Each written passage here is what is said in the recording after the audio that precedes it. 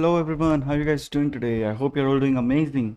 Welcome to another stream. This time we are not scooping. I told you we are going to be more regular from previous week onwards, and here we are. And why am I wearing a cap today? Well, I just had a stupid haircut, some kind of a barber scuffing, and also at the same time I have a pimple on my forehead right now, and I didn't want you guys to be disgusted.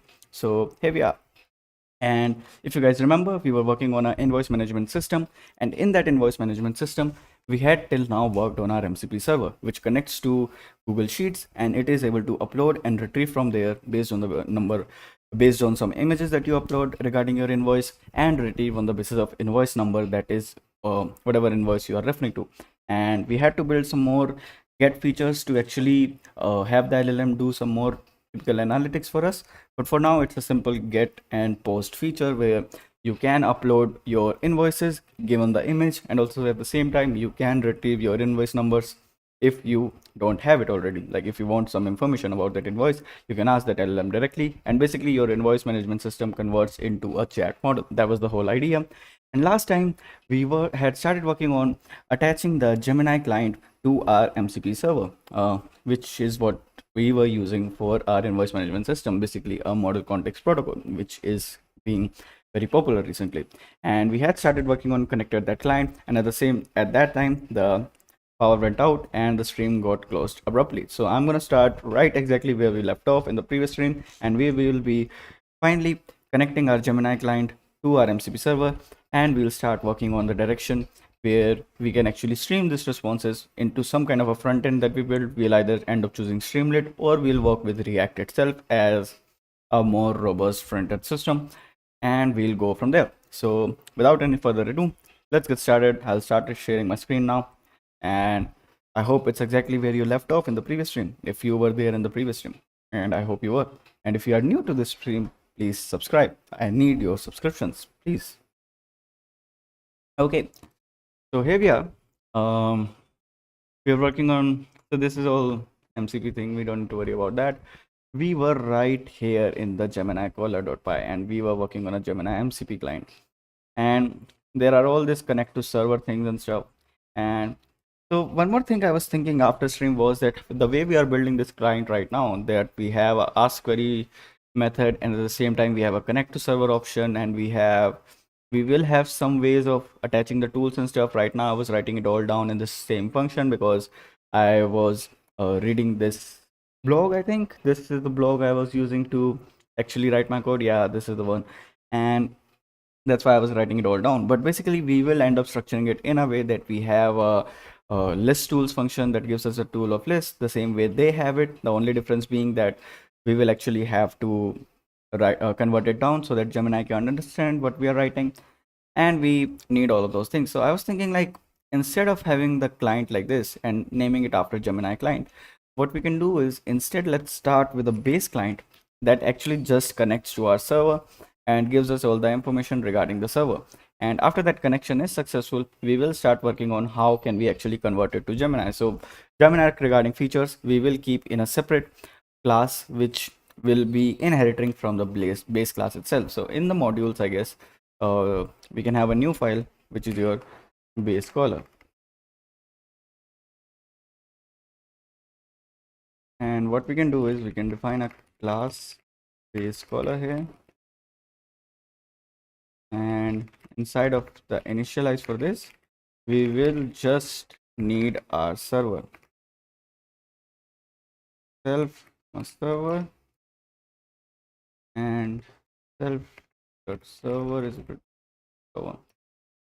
And inside of this we are going to have a connect method. It just needs the self, and in the Gemini caller now we can just copy the connect to server method from here. Again, let's make it async as well. And yeah, so this is it. Instead of this, we're gonna have self here. No, wait a minute. Where do you get the server params from? Where are the server params? Server params. Must have defined the server param, right?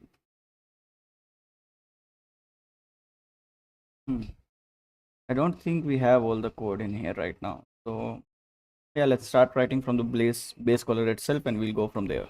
So hi everyone who is joining it just at the stream. We are currently working on a caller which will connect to our MCP server that we created for the invoice management system. If you haven't watched the video already, you can watch the streams from the previous one. And if you think the edited video will help you better, let me know. I'll start making edited videos out of those streams that we have done in the past. But okay, so right now we are working on a base caller and we need it to connect to our MCP server. So we need this kind of a exit stack right now. So let's just delete all of this and start working from scratch. I think it's too confusing if we just start from here as we are writing the class. So what we need from the client part is that we'll just import these things, source.utils.config.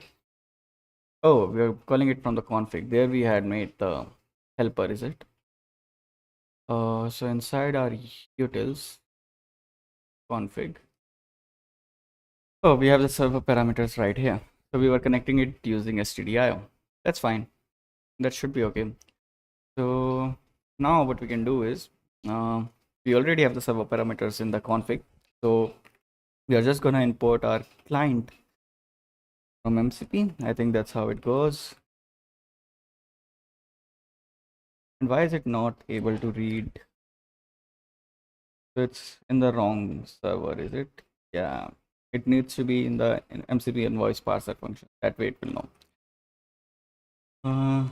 Do I need to reload it? It will reopen in a minute. There you are. Now is it able to find the stdio client? It currently is. Hopefully it is. Yeah. So how are you guys doing? How many of you are actually the guys from the previous stream? If you were there before, I just want to know if you guys actually follow. If there are guys that are actually following it each stream, or is it just new guys every time? Uh, okay. Let's write the function till then. Then the connect. We are also gonna import from source.utils.config import stdio server parameters. And I think it's a bad way to actually program this. I think there should be a get parameter function, if anything, because if we want to connect to SSE client, we'll have to actually change the config. So this is not the right way of doing it. Instead, I think it will be better if we just have a path in here and we can see if the path is actually a URL or if it is a file path. And if it is a file path, we'll use this command, and if it is a URL, we'll just use the URL instead. So instead of doing all of this, the only tricky part there is, oh, but yeah, all of this remains the same, right? I'll assume server.py will also remain the same. So instead of this, inside of the config, let's not have the server parameters right here. Let's only keep the server path here. And in the base caller, when we are connecting, we'll take care of these things. So what is the server parameter? It will come from the MCP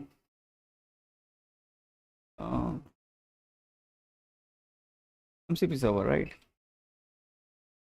Oh, because of this. Yep. And in the inside of our base caller, we don't need to worry about this, and we'll just call the MCP server. And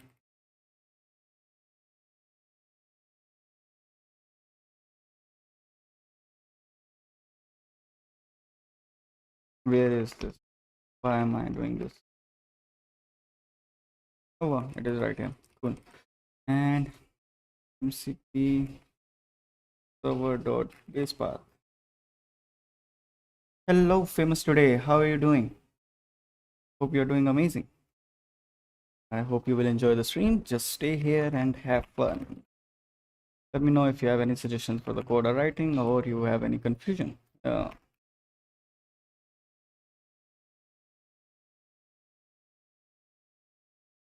cool. So we also want to check if it is a URL or not. So from, I think, URL lib, you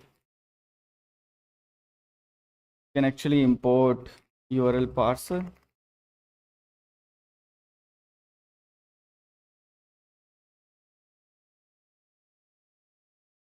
Yeah. And inside here, we can check that if MCP server.server path.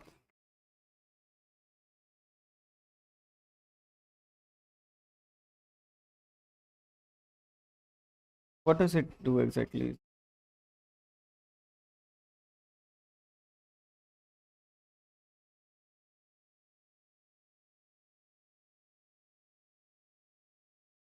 I'm sure it will be able to do it, but I'm not remembering what it gives. So parse result. Parse a URL in 6 components: schema, netlog, path, params, query, fragment. The result is a named 6 tuple with fields corresponding to the above. It is either a parse result or a parse results by its object, depending on the type of the URL parameter. The username, password, hostname, and port subcomponents of the netlog can also be exec as attributes of the returned object. Okay, so if I just print parse for now, and let's do all of this inside of a Jupyter notebook. It's easier to run these things here, or we can just, yeah, we can just use REPL. Let's run this. Our base caller gonna be, yeah, see there's error. I'm just trying to first get the setup ready so that I can start working on that quickly. And I think if we are anyway taking in, let's not take in the input for server then. I forgot that we will be using this. We don't even need to worry about an initialize statement, or we can just have a pass inside of it. What sources you use doing? Yeah, I'll just read your message very quickly. So, what sources are you using to doing practice? I need it. I am a beginner. What exactly do you want to practice? Do you want to practice server building? Do you want to practice TSA? There's a lot of things you can practice as a beginner. Let me know in detail what you actually want to practice, and I'll give you some good resources if I have some. That's the best I can do for you. Also, this comment this. Now let's run this. No module name MCP. Why would that be the case? Because we are somehow again in the document query LLM where we need to be inside of the invoice parser kernel. And let's have one right here as well. Cool, that should work. No module name source. And inside of the source, we actually haven't kept any init file. So inside of the client itself, we should have a new file, which is the init.py. And that way we will be making it a module, and now we should be able to call everything inside from inside there. So now if I run this again, yeah, I think we'll have to restart the kernel. Now, why is this not working? Shut down kernel. Let's reload the window again.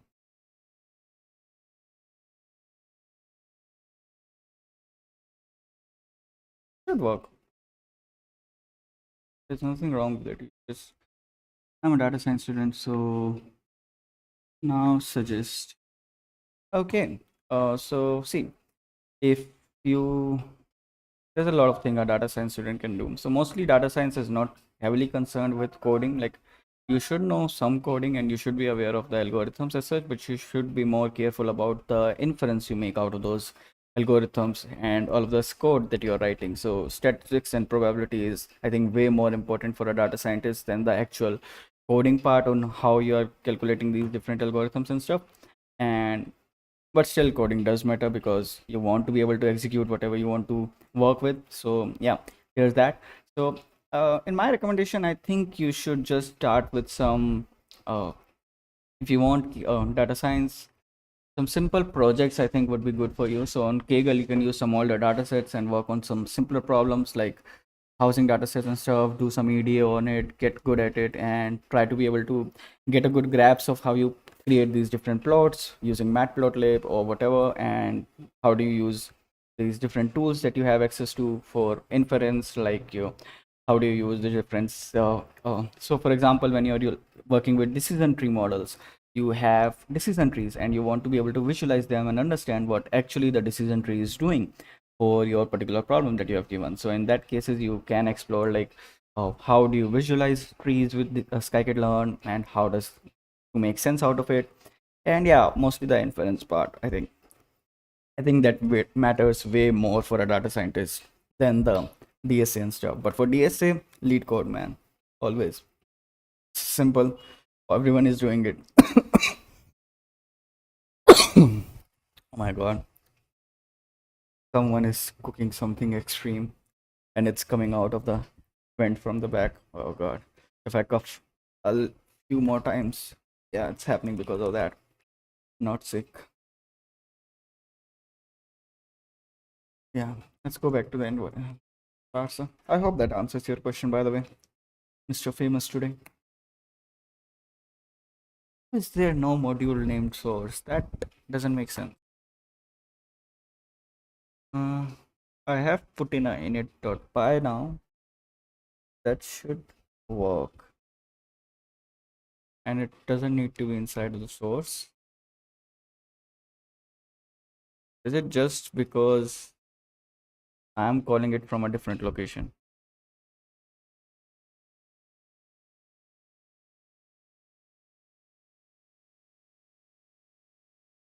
Thanks, but you mentioned matplotlib and more, so I tell you something. I did all, and I take a tuition too. Okay, uh, good for you. Great going. Just keep going in that direction. Do some Kaggle problems and have fun doing it. I think that's what you can do. So yeah.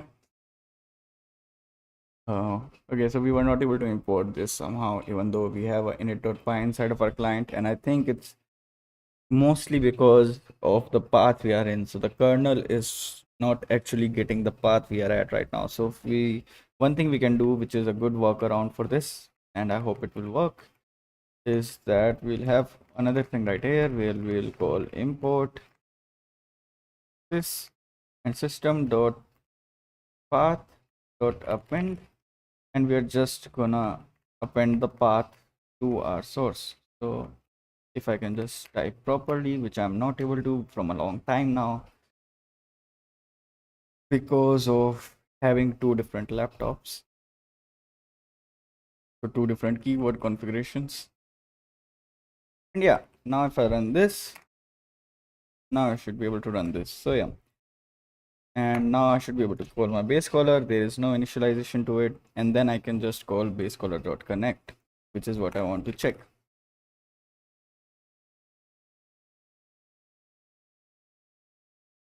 Yeah, we'll have to await this.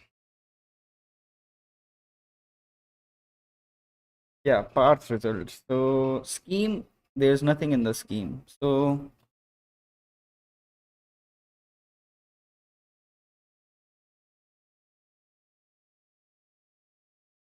yeah, oh, that just comes with practice. That's why I'm recommending you some Kaggle projects. You can also do some of your personal projects like we are doing right now. It is just a random curiosity that got stuck in my mind working with MCP, and here I am but trying to build it. So when you will be starting working on these projects, you will definitely have to Google a lot of things. You'll have to go through Stack Overflow all the time. You'll have to read multiple documentations. But after a while, you will know the way around these things. You will be using ChatGPT and stuff also at the start of your project, but slowly it will go down. And trust me, ChatGPT doesn't even go down as much because you know the conveniences of us is a little too much.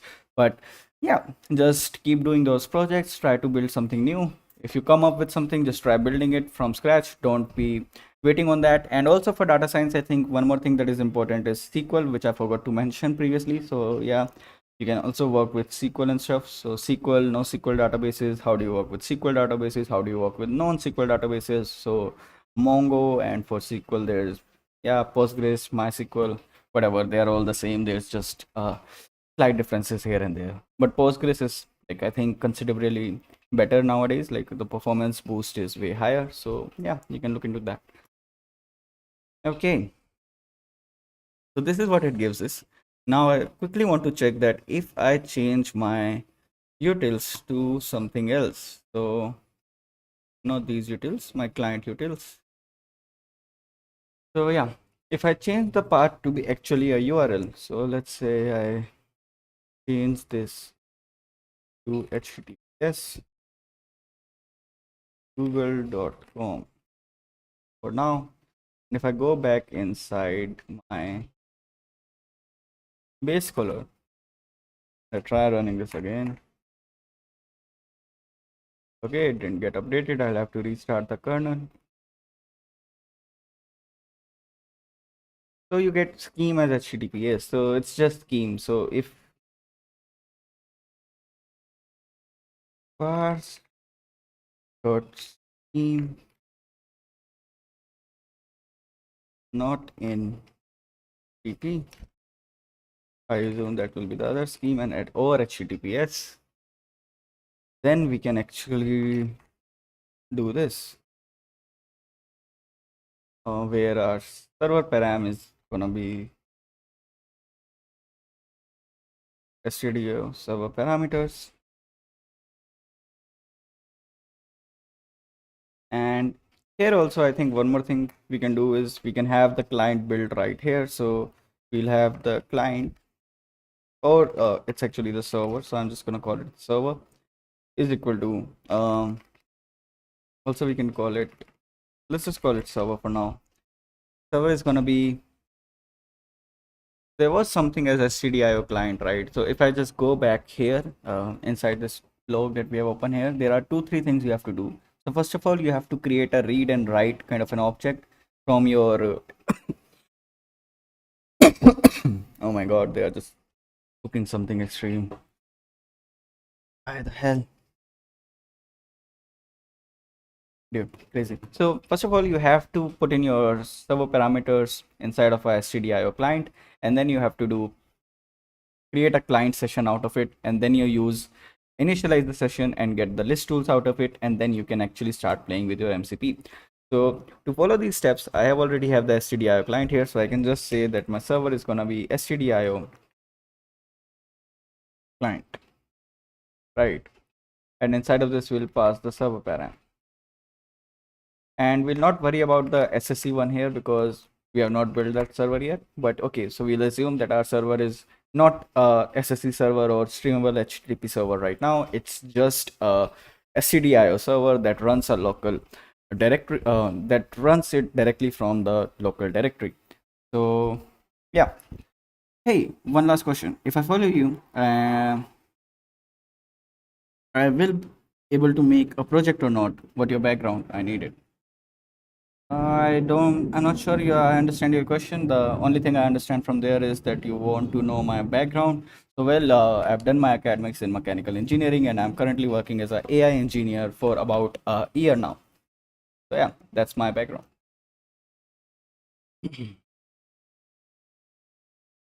Okay, so we have a server. So, this gives us the read and write files we just saw. And I think we have to have a wait on this as well. Or, I think this is a async context right here. So there is something that I explored like while working on this myself. So there is, you will have to use from context lib import async exit stack, and what it does is it will just store your context the way you want it. So we generally use with and stuff to maintain the context ourselves, but if you use an exit stack, you will be able to maintain the context in your own regard. So we're just gonna create this context right here. So self.stack is gonna be async exit stack, and you have all of these functions inside of it, like you can enter something from the stack or and whatever. And to delete the stack, you basically just create empty stack again, that in the same variable. So here you created a stack. Oh, thank you for your subscription, Pivs, today. Really appreciate it. And please share or like or whatever. Just bring your people out here, and we just build a community out of this projects and stuff, and that will be fun. And we can make some of your recommended projects as well if we have enough audience for that. Right now, I just do whatever I enjoy and have fun in. But if you bring enough subscribers and we get enough money out of this, we will be making more exciting projects. So, subscribe. So yeah, now we need to put something in the server stack. So inside of our async stack, what we want to keep is we want to keep our client session that we are just creating. So how can we do that? The question now. I think we saw another tutorial as well that was using a async exit stack from the code we used previous time. I remember seeing something like that. Yeah, whatever, just okay, you have a connect to server, and yeah, inside of your exit stack you entered a async context, which is your client session, and you also entered your server params. Okay, so I don't think we need to do any of this just seems stupid to me. So like it feels like AI generated code at this point, the way he's managing all of this. But yeah, we need to just await self.stack dot enter context. I think it's a async context, so we'll have this, and we are gonna enter our stdio client with our server parameters. Cool. So now we have a read and write with us, and what we need to do with this read and write is that we are gonna create a session which is await again, and we're gonna put things inside of our stack where we will put in our client session.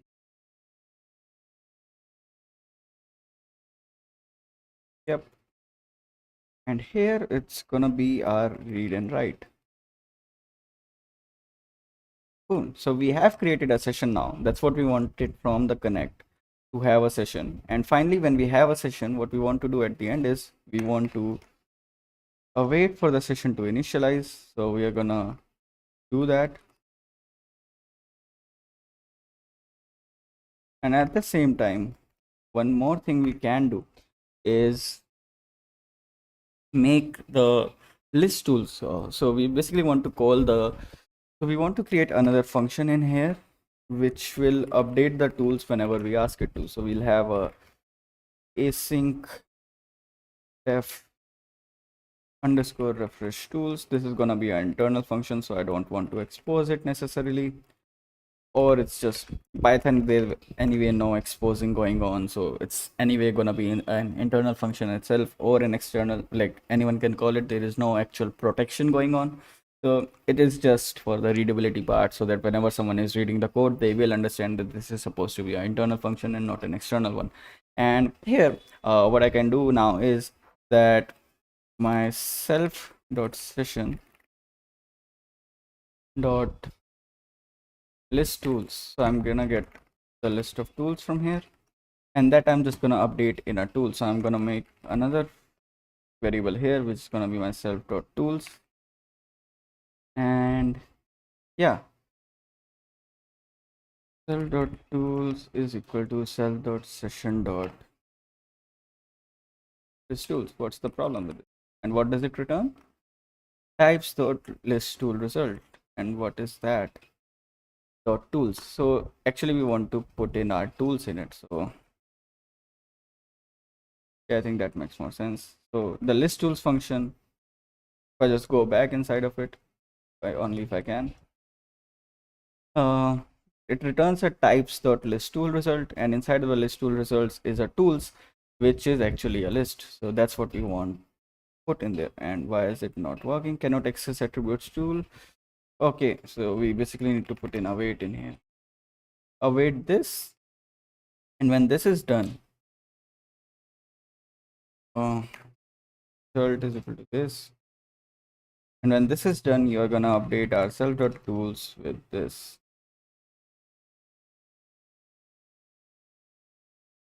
Cool, now it should work.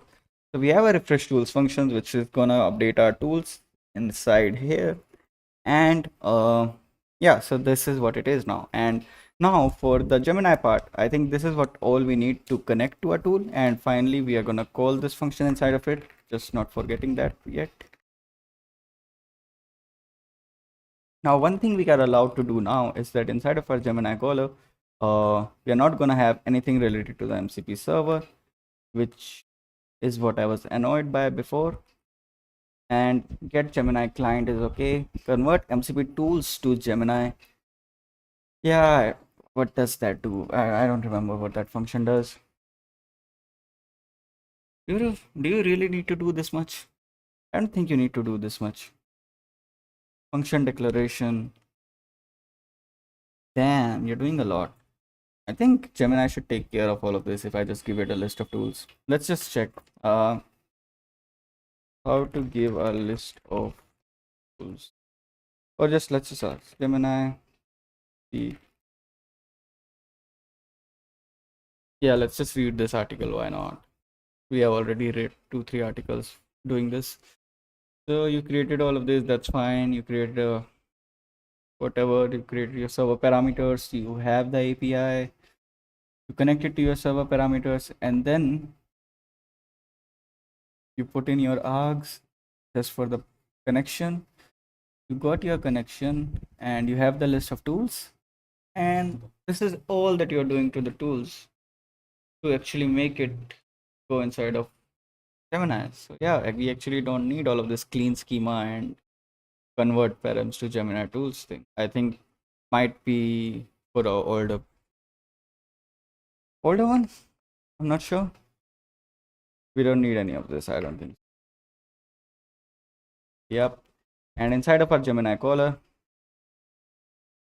yeah.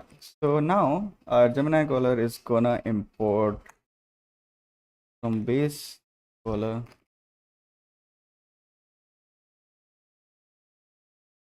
and this is gonna inherit that.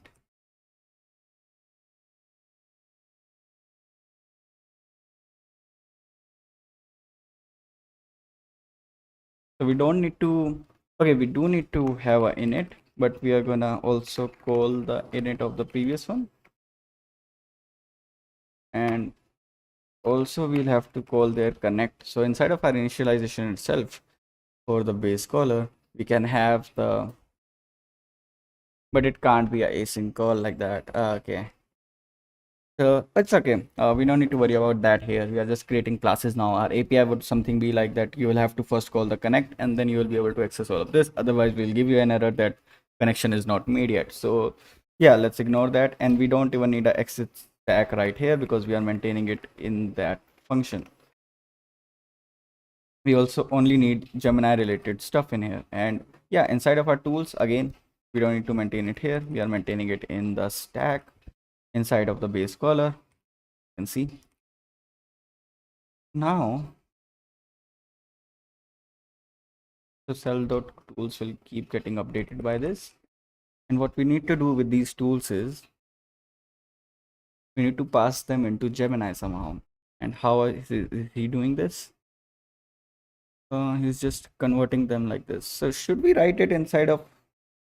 So the thing is, this is actually Gemini specific. If I use another API, the tools will have to be processed differently for it to pass inside of that API.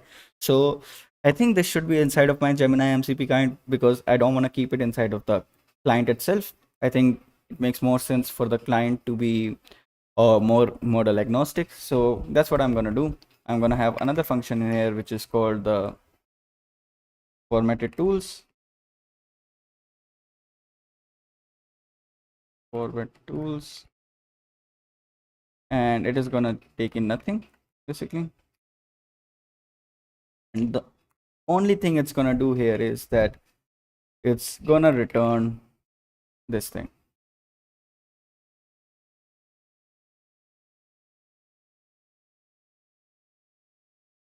And where is the MCP tools? That's the self.tools now.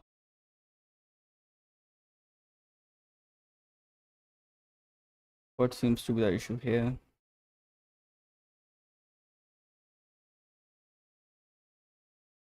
Argument of list cannot be assigned to a parameter function declarations of type list function declaration. I'm not sure. Let's see if this guy is working with it. If it gives us an error while running, we'll consider it an error. Otherwise, there is just some type annotation mistake which I'm not aware of. So that should not matter at all. Or one thing we can do is we can import from Gemini. Is there a function declaration in here? Oh yeah, there is. What is this? Imported but not used. Yeah, we are gonna use it. So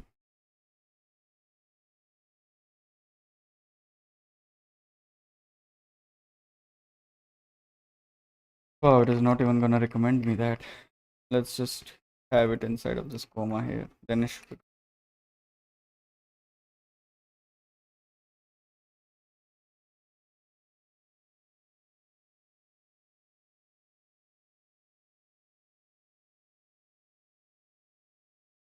Function declaration we need, right? So when we looked at the other code we had regarding processing this, how are they processing the? Let's just quickly go and check the tools. Where are they even specifying the tools? Okay,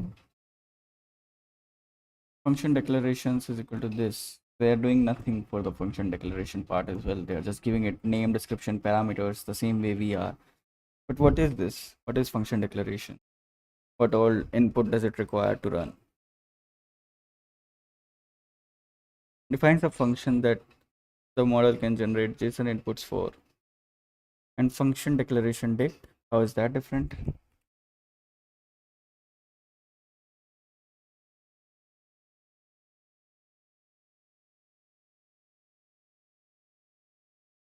Name, description, parameters. That's all that we are giving as well, right? Name, description, parameters. So I think we can just use this. And what was the error again? There was no error. There was a hint for an error, but let's see. List function declaration. It wants a function declaration. So instead of doing it like this, let's have function declaration in here, and that's what we are going to import. Wow, we don't need this. And inside of here, we are going to provide the name, or I think we can just pass in this inside of there. It should be able to handle that part for me. Can it? Oh, so we can't create a type like this, can we? Is there a method from callable with API options? No. From callable? No.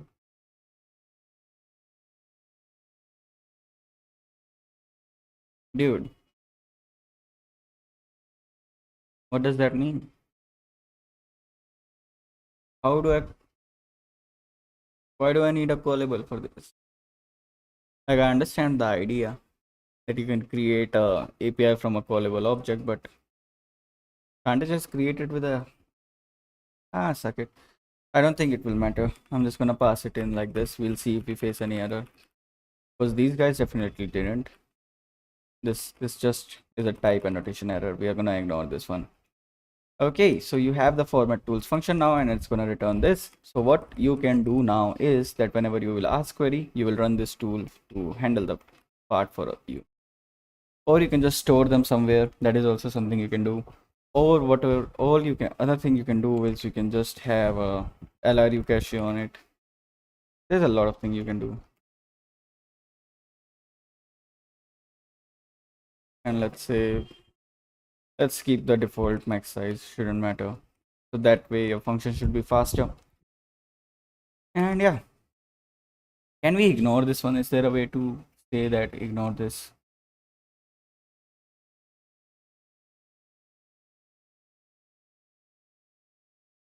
Fix all auto fixable problems? No, can we ignore this? Okay, I'm gonna manually ignore this. Fine. So okay, so now we have connected to our MCP, and we have written the format tools function, which will allow us to integrate it with Gemini.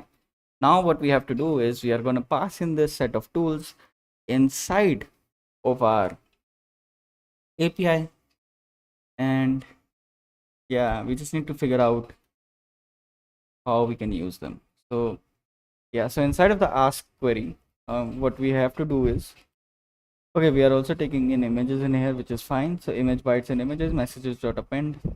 So yeah, we are creating a messages. Now the way I want it to happen is that whenever I have a instance of this, that instance will maintain a list of messages that I have discussed with Gemini till now, and it will keep care of that. And at the same time, whenever I have to create a new chat instance, whenever I have to start a new chat from scratch, I'll basically have to close this instance of Gemini, create a new instance of Gemini, and that way my messages will be updated. Or I can have a close function in here which will clear the messages for me, close or clear function. So one more thing we need actually is a close function in here. So for our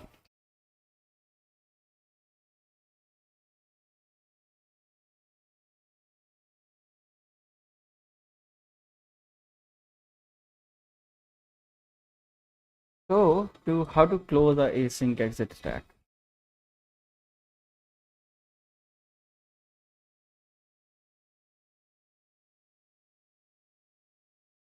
This is the question right now. And before we get started, let's replace manual A enter implementation with context lib async context manager. No, not exactly what I'm looking for. To remove context manager from.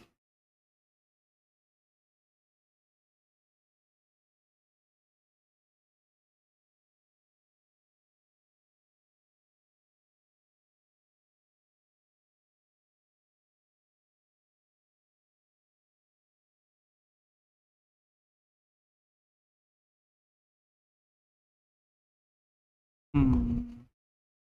Okay. So there is a pop method for this, right?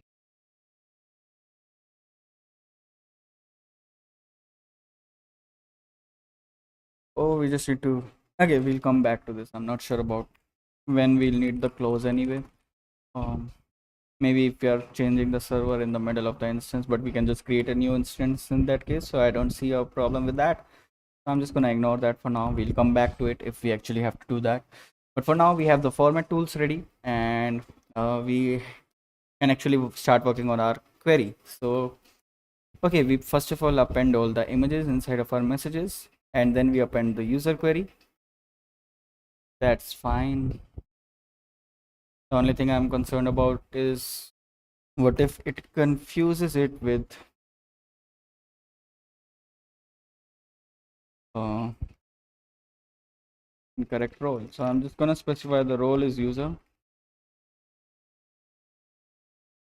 and the text is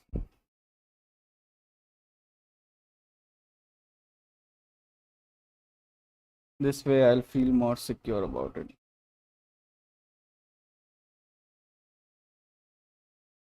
Or I can just specify it. So how do you specify whose part is it? Like the role of that part.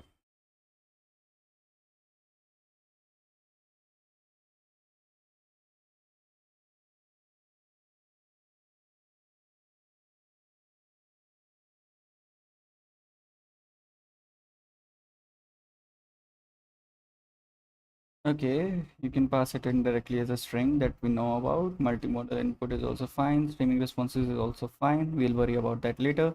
I just want to know how do I tell it which user it belongs to? What is the role of that?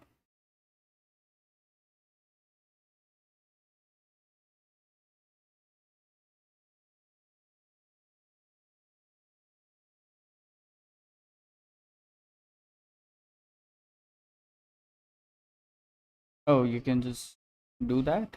This is for Gemini.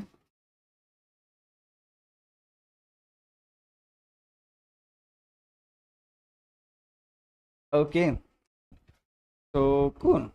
We just have to do that then. We just have to specify the role and the content inside of the messages. We don't need to even worry about part or something. Just in the messages itself, we are gonna append this dict.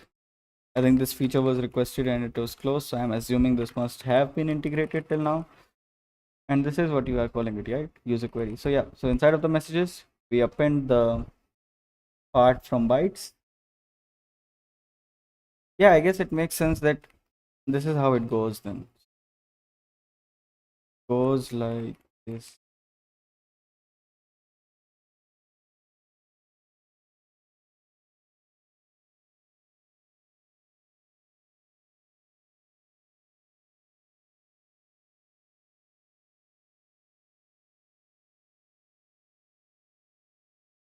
Will that work?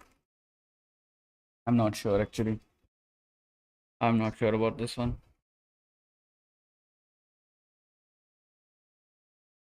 Here also there's specified content. We can try. We'll just give it a try. Why not? And then we have a Gemini content create, and then inside of here we are gonna have formatted self dot formatted tools or format tools self dot tool.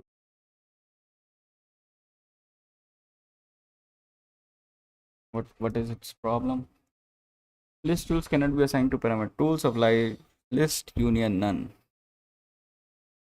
Dude, you're just so annoying sometimes. But okay, we are gonna ignore that again. And yeah, when a response is generated, let's just look at the response for now. And final test tool calls, yada yada. There's a lot of stuff like that. Let's remove this, all of this right now, and let's only keep the response itself. I'm also going to remove this for now, and I'm going to print the response. And also we had to make messages client variable state. So I'm going to start it at 0. That's how it's going to be, and it will just keep going forward from there. And here is where we are changing it. So instead of this, it's always going to be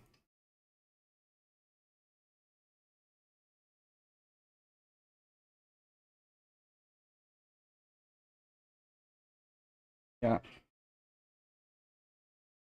And also so that's the benefit of using REPL, I guess. It's so easy for me to switch between things. Like now I want to run it as a notebook. I'll just put these two comments at the top and the bottom, and I will just be able to run this.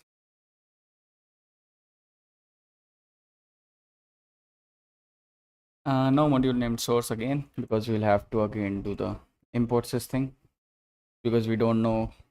I think it runs the kernel somewhere else when we register it, and that's why it gives this issue. This is not an issue that happens with Jupyter notebooks, because they only install API kernel into your same configuration. I guess that's the concern here. And await base caller.connect is not working because we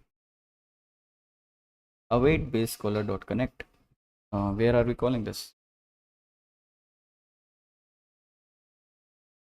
Where did we call this?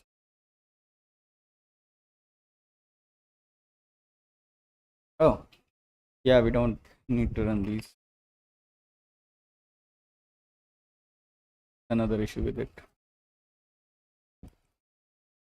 You will forget what all additional things you have written in. But okay, now let's should run. And now I should be able to do something like Gemini caller, which should be equal to my Gemini MCP client, which doesn't need any input right now. It should ideally ask me for which model I want to use, because I'm using Gemini 2.5 Flash here, but that's okay. And here I should be able to ask, or I'll have to call connect first actually. And then I can do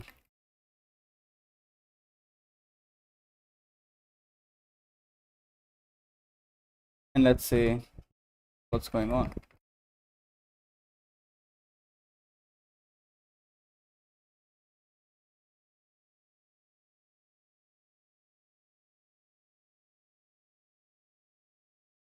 Just to check if it is actually using our tools or not, if it will be able to tool us that these tools I have or whatever. Gemini object has no attribute session. That shouldn't happen. Why is there no attribute session? You just specified a session on top. Oh, is it because I never changed back the path? Did I forget to do that? Oh yeah, I did. 100% I did. Good. So now that we have done all of this, it should actually work. Okay, still doesn't have a session because it's not updated yet. Cool.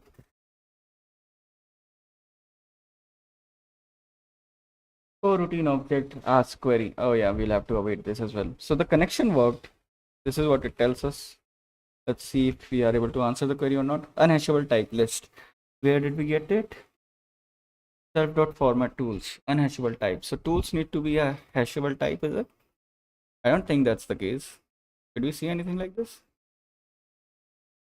They were just sending in the tools like a list. That was working fine for you. Why does it have to be a list? Hashable type now. Inside of the self.format tools, self.tools.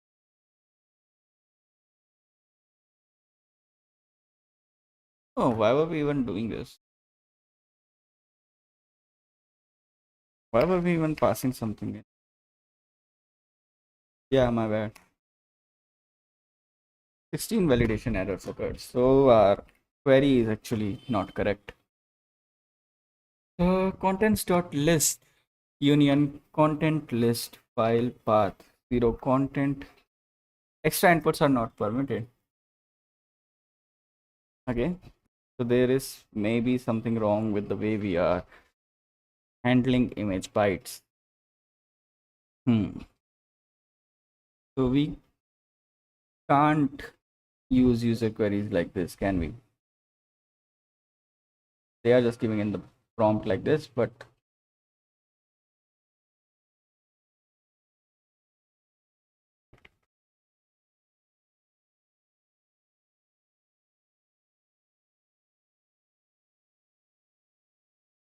no.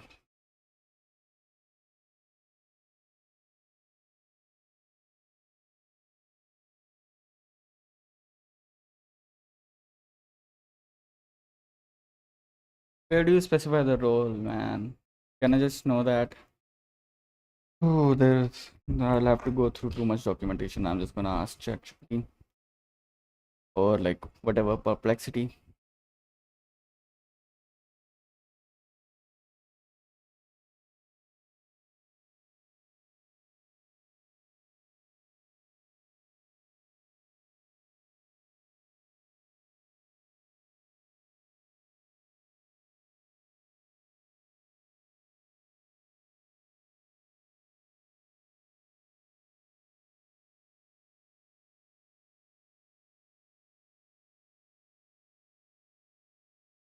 Oh, it will not let me copy it here. Oh yeah, you'll have to. There's a thing in Z. Basically, you will have to open it somewhere else. Now, where is that button? The button for that should be right here.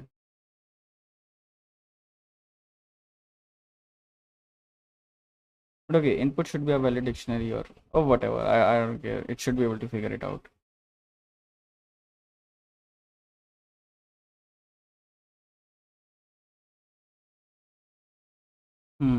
It just takes a while to think. That's the only issue with the R1 model. But okay, so once will be able to achieve this, which is the Gemini goal, we'll start working on the UI part of it. But then we also have to make the decision either we use Streamlit or React, and at the same time we also have to think about um the actual streaming part. So right now we are first generating everything and then we'll be getting a final output, but I want it so that the streaming actually happens in real time. So we will have to use some kind of a WebSocket connection to connect it to front end. So let's see what was the fix. The self.messages.append, this part remained the same.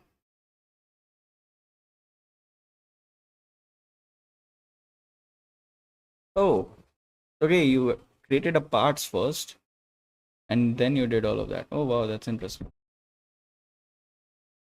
That makes some sense actually.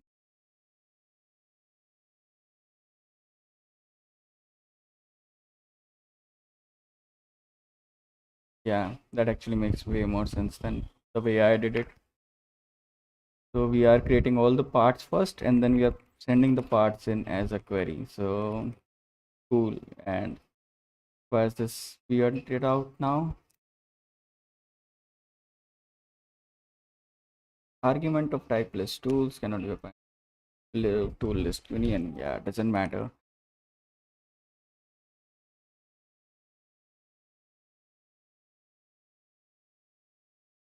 Still the same errors. So nothing fixed actually. I think the error is from the tool side then. Where is the error exactly? Let's read through this for once.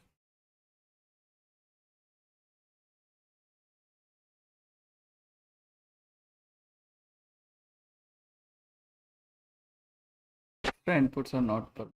Type extra input value, user input times.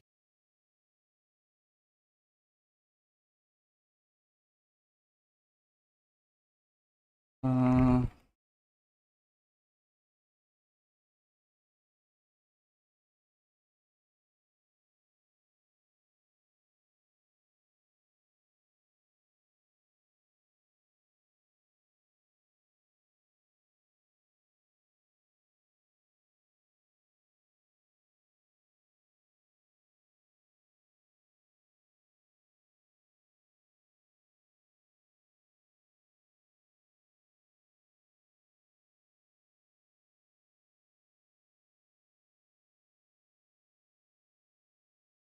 yeah, and everything is inside of the content, so I don't think the tools is causing any issue now. Just the parts we are giving in.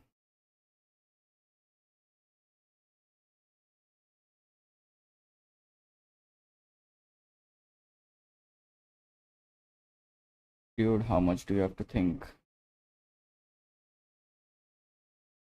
Yeah, yeah.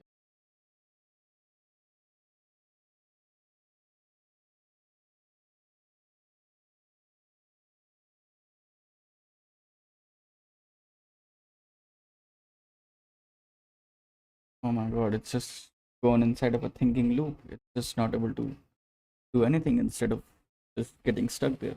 I don't know what's happening. Is it broken? Like it's still thinking. Uh,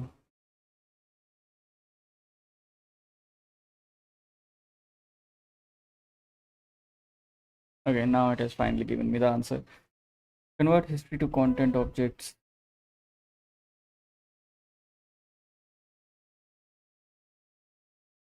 What did we change exactly? You imported another thing called content from Gemini types.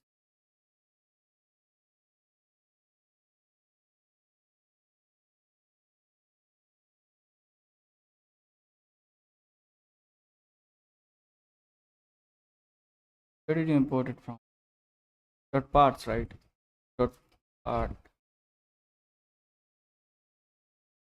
Okay. And what are we doing with this? User message remains instead of becoming this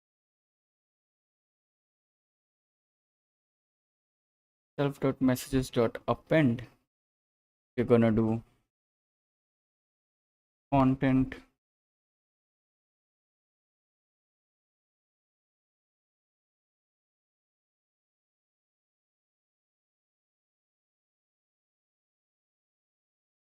So now it should be perfect, right? Hey, it was perfect. Cool. So we are able to get a response from Gemini. And thanks to Perplexity, we didn't have to go through a shit ton of documentation to be able to do so. And from here on onwards, we just want, we should have actually returned the response. That would have made more sense so that I can play around with the response and see exactly where our data is. But that's fine. So our data is going to be in for candidate in, and we are only generating one candidate. So I'm just going to assume that response dot candidates 0 dot content dot parts. There is just text in here. Okay, there is no function call in this one. But okay, so what we have to do is inside of the content and the parts, we have to first check if response dot candidates 0.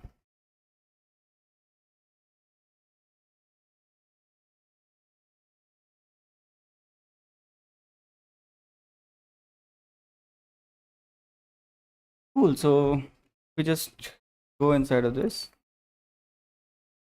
and actually parts.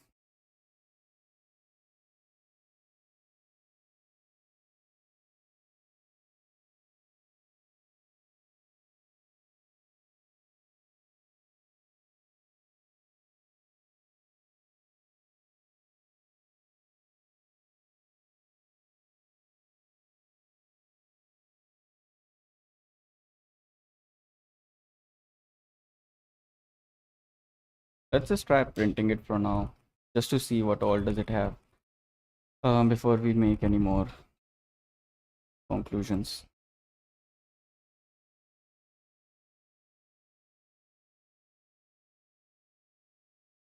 Name response is not defined. Ah, shit, typo.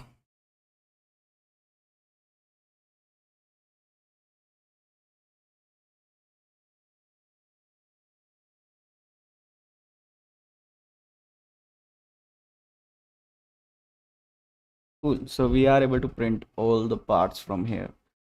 And the only part here is okay, so it is saying I can help you with your invoices. I can upload and also retrieve information about existing ones. What would you like to do? So we know that it is able to get to our API, and let's just ask it, where do you upload them?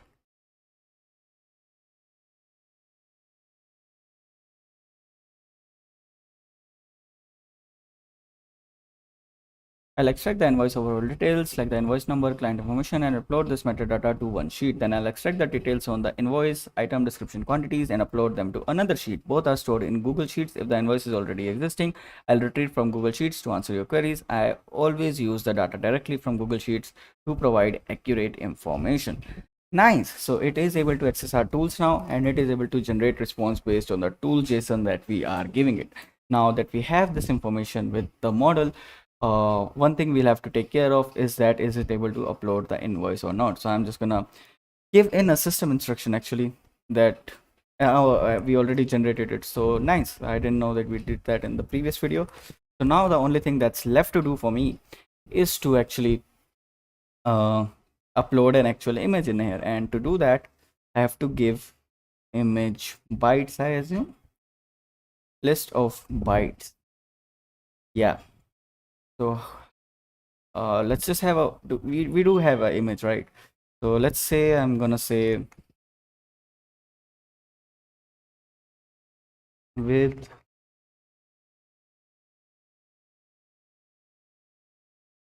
or let's just have it connect and everything. Let's just move it down a bit.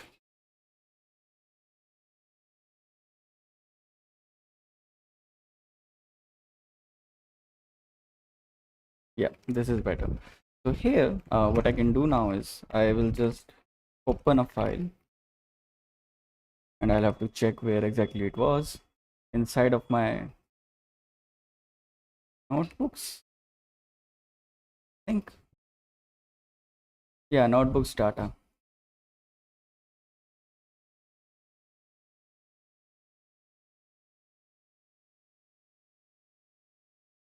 And we want to read it as a binary.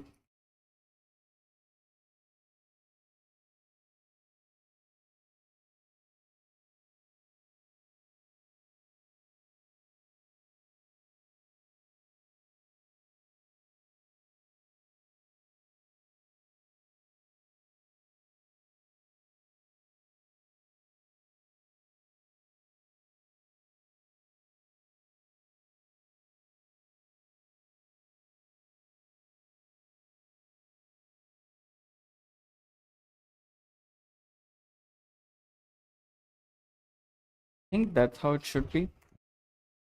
I'm still not sure. Await only allowed with async functions. I thought ask query is a async function. Yes, it is.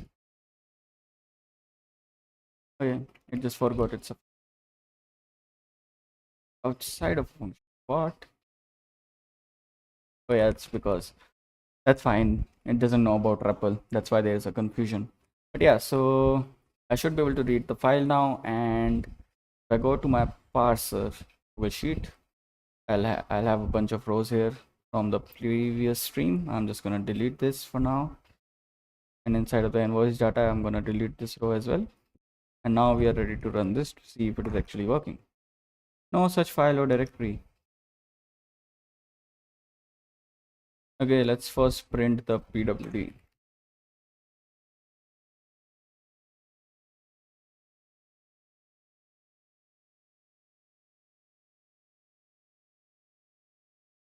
And the last thing I can do is I'll just copy the whole path. Why not? Why to worry about these things? Doesn't matter anyway.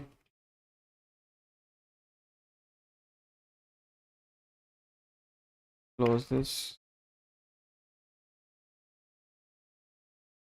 Gemini ask query got an unexpected keyword argument. Image bytes? Images. Oh, okay. It should work, hopefully. It should be able to read the image because that's how we are giving the parts right now. Did it do something? Oh yeah, so it gave us a function call. So it asked us to upload this function basically, but we never called the function back. So if I click this button, you will be able to see that it has actually asked us to call a function. There's a function call inside of it, and it has given us the function that it wants us to call. So it wants us to first check if the data already exists as with our system instruction with us. Oh cool, everything is coming into play. That is so nice. That's fun, guys.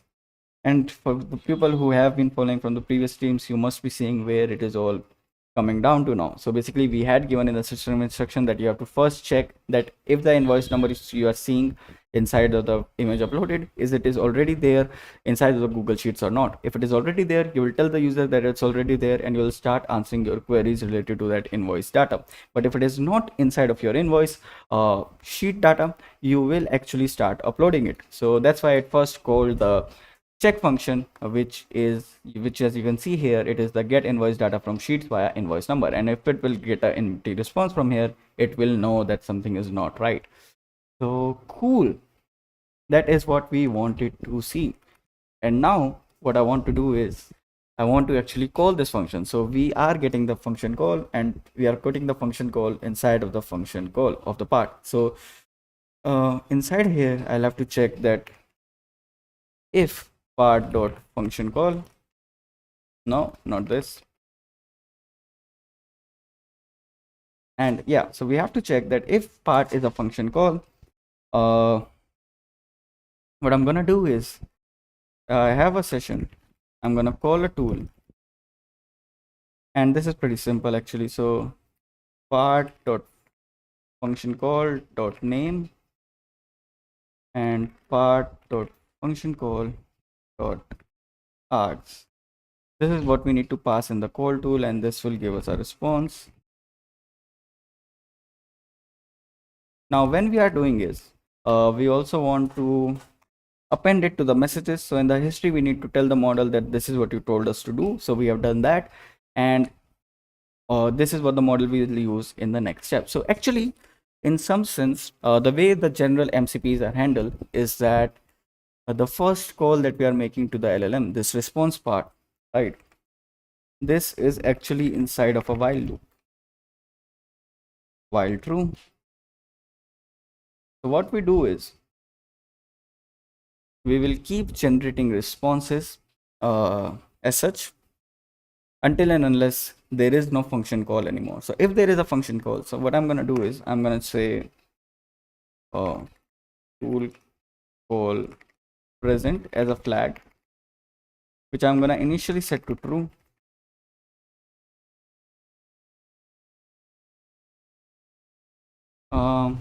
Yeah, I'm initially going to set it to true, and tool call present is going to be like this. But that is also tricky because I have to check that in all of the parts that I'm getting, if there is a single tool call or not. And if there is a single tool call, I want it to turn back to true. So in that sense, I have to initially set it to false, right? So this is going to be true. We run this, and when we are inside of a loop, we set it to false. Anywhere in call, whatever tool call present, going to be false. And whenever we find a tool call inside of this, I'm going to set it back to true. Or we actually don't need to use this as all. I can just have while true, and if tool call is present, I'm gonna keep continuing inside of the loop, otherwise I'm gonna break out of it. So if no tool call, I'm just gonna break out, and this is how I'll check that if there is a tool call present or not. And yeah, we get the response back, and before getting the response back, I also want to update the messages. So self.messages.append and type part dot from tool from function call. Yeah, I think we can just actually just append the part itself we are at. So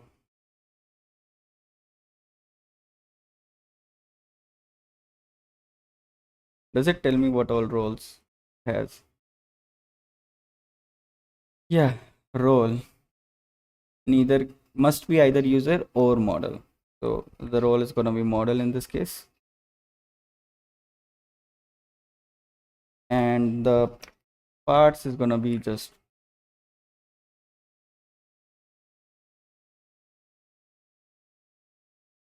yep. So this is it. And inside of the response, I'm going to have another thing. So self.messages.append content.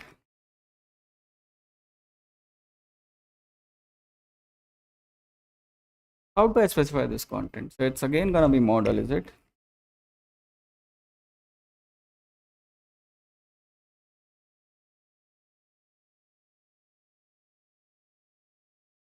From function response, this one is.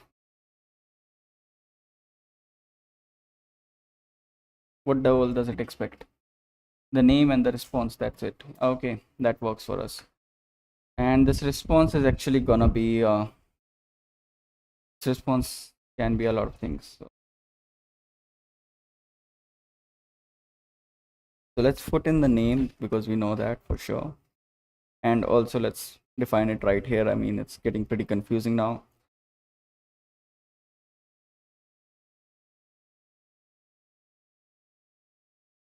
Oh dude, if only I can do that.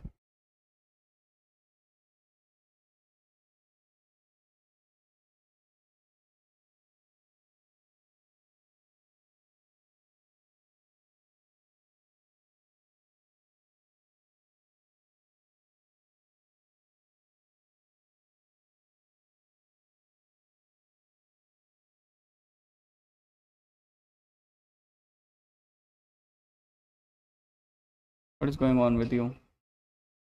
Argument of type string unknown not can be assigned to a parameter name of type string. Okay. Now you're happy. And yeah, the response we were going to use. So this expects just the name, I assume, and the response. So response.content. And the only thing we'll have to see about now is that what does the response actually look like. So in its response, it's going to give a tool called result, and inside of that there's going to be a content, which is going to be a list of content actually. Text content, image content, audio content, embedded resource.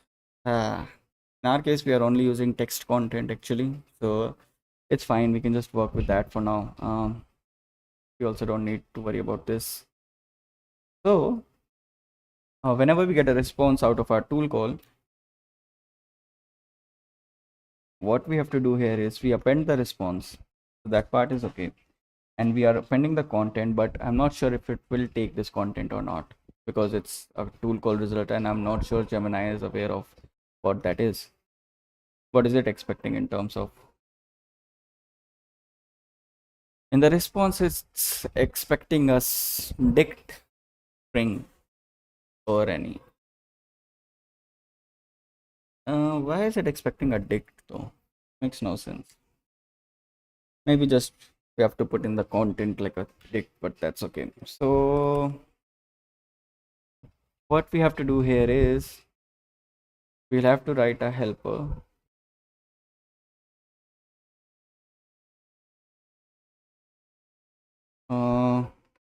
Get response string, which will use MCP. Where was it? Inside MCP, not types. In MCP, we were using something that I want to know about. So the tool call is returning a tool call result. Where is this tool call result? MCP.types. Cool.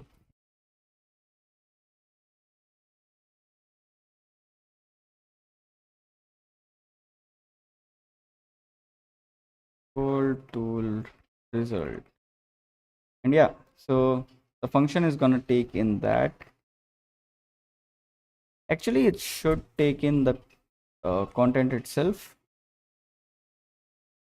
because that's what I'm gonna give it anyway. So let's say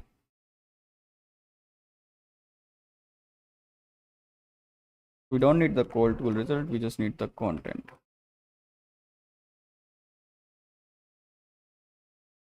And yeah, so inside of this, we are gonna iterate through it.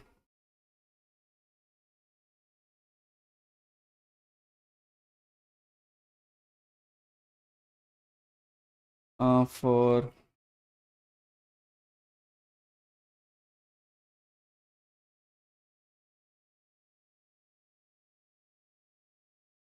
oh, it's not gonna get a content actually. It's gonna get a list of one.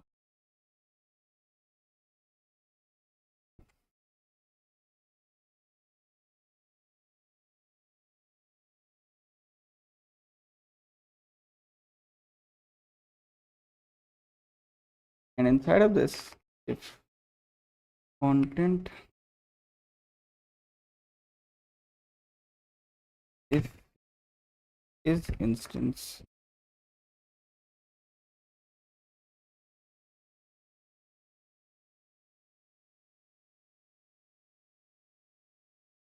we are gonna say, so what does text content actually look like?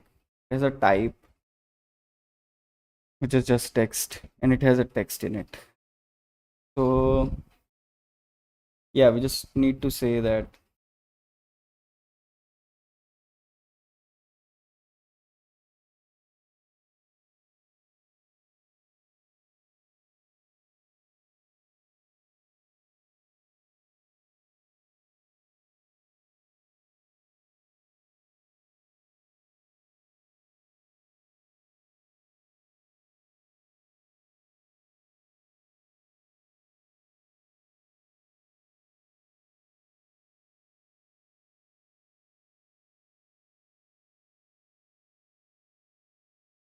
cool. So we are storing the text in here, and we can actually return this finally. And inside of our Gemini caller now, from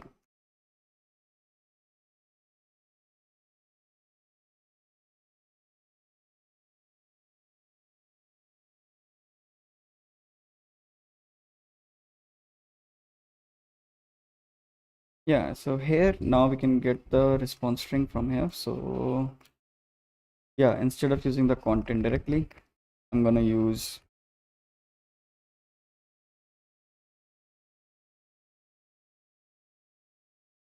and I'm pretty sure my response, not this response, resp.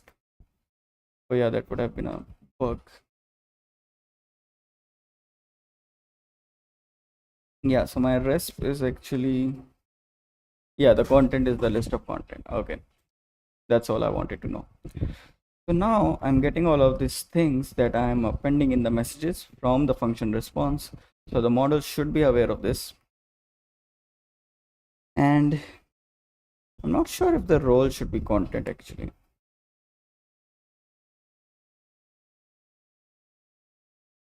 Role, I believe in this case,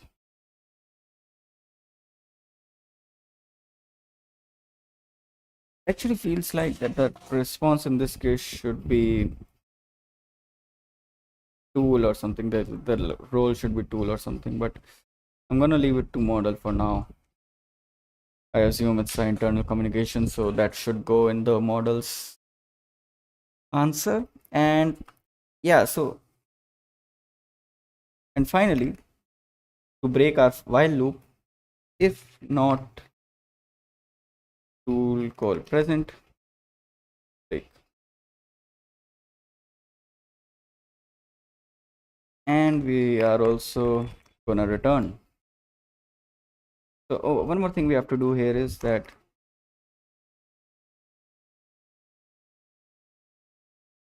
we are taking care whenever there's a function call, but we also have to take care that if part.text is present, we just have it somewhere. So all texts is somewhere, and all text append part.text.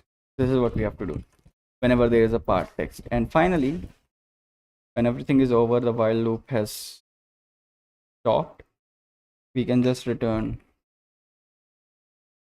\n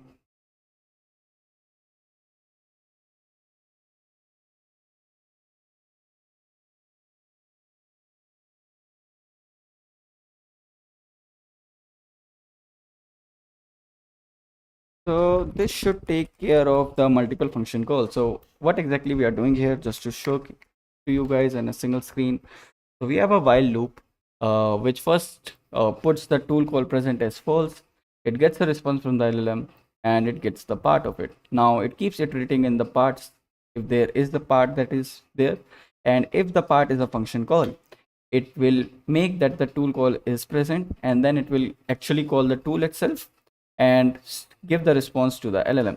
Now in the case when, oh, also one more thing we have to do here, you can just put this inside of a try except. What if our tool call fails?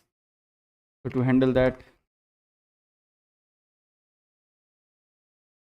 MCP error is a thing, yeah. So we are just gonna do, so let's also have the string here itself.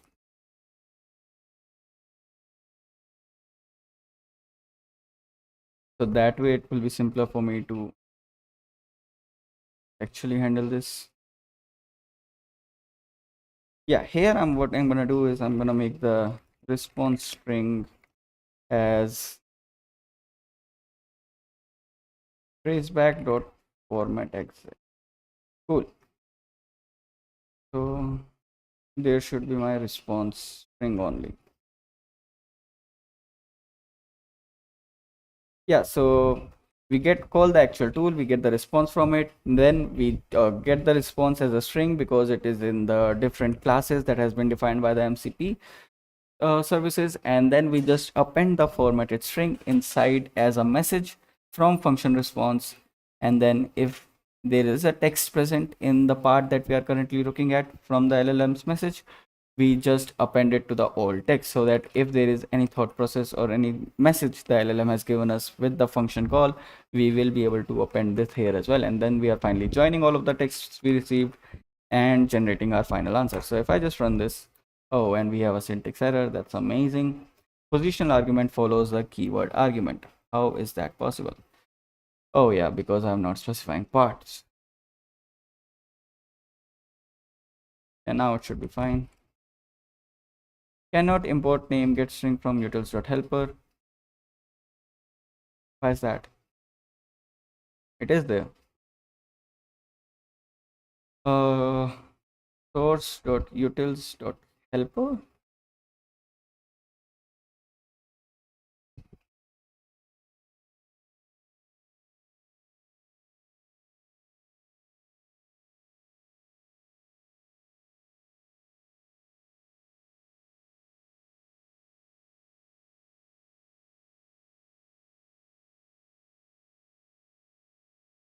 Dude. Oh my god, I'm just so bad at this.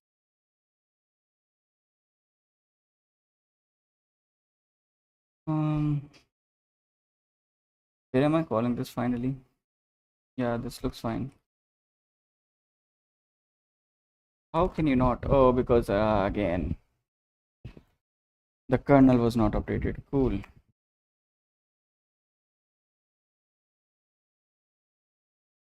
Let's see if we will be able to get a final answer or not, and the tool call will actually get executed. Most probably will, though. Pretty sure of that. Uh, okay, we are waiting. Okay, we got an error. Takes one positional argument, but three were given. Part dot from function response.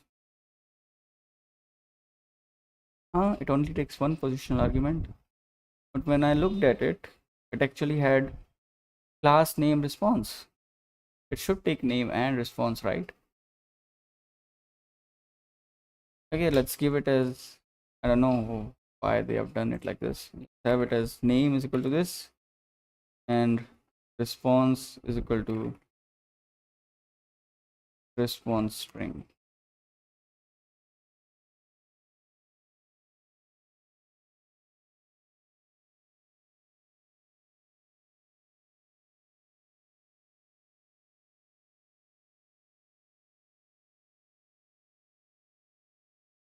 Oh wow, now we are getting validation error.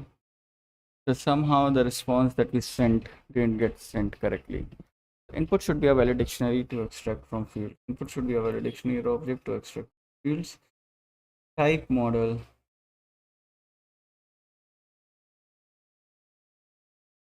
Okay, close this. Type model inline one.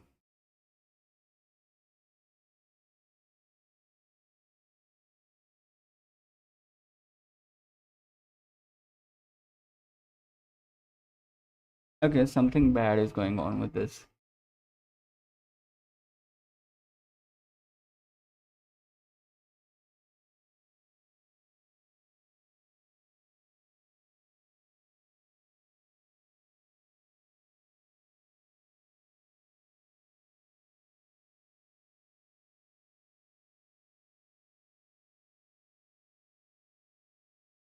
Okay. So the issue is in the function response one. The part with the function response didn't work. Oh, can it just be because I didn't give it as a list?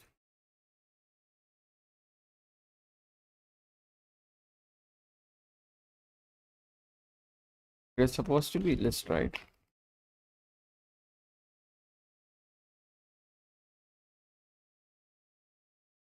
You're telling me it was never closed. Oh yeah, because of this. Yeah, let's try this once.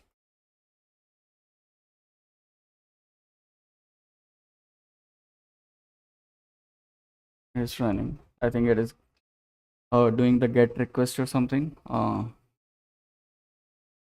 It would have been ideal if we had a SSH client now actually, because we would actually be able to see what all processing it is doing in the background. But okay. Oh, okay, so it is actually working now. So let's just see what all messages we got from the model. And also I wanted to see the tool calls. So we actually have to store the tool call somewhere as well.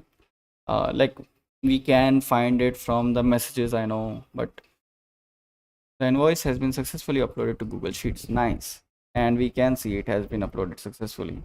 So our MCP is actually connected to the Gemini now. So we have actually achieved what the thumbnail was all about. So cool. If you are still here, amazing. You have seen us complete one of the first requirements of the project. So if I just go back to my README, which is right here, README, we have also connected Gemini to our server. So our client side, everything is done. Now we need to actually build a user interface out of it. And I am thinking of scratching the Streamlit part because I don't know.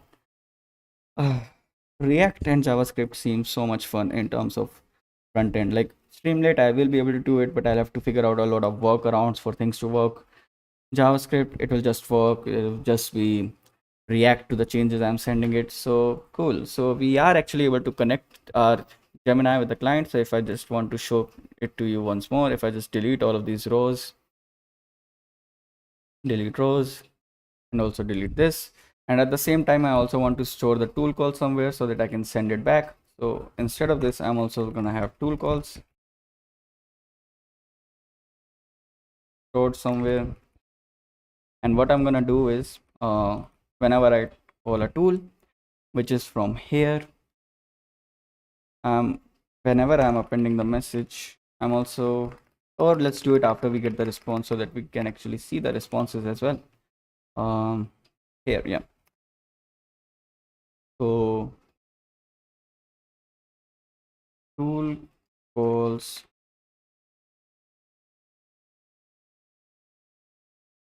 dot append, and we're going to append a dictionary inside of this, which is going to have my name.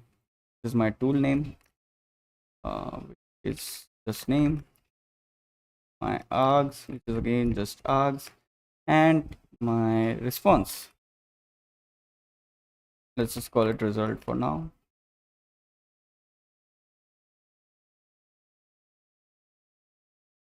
So yeah, this is what we are gonna return. I don't know what I clicked. Something just came and went away.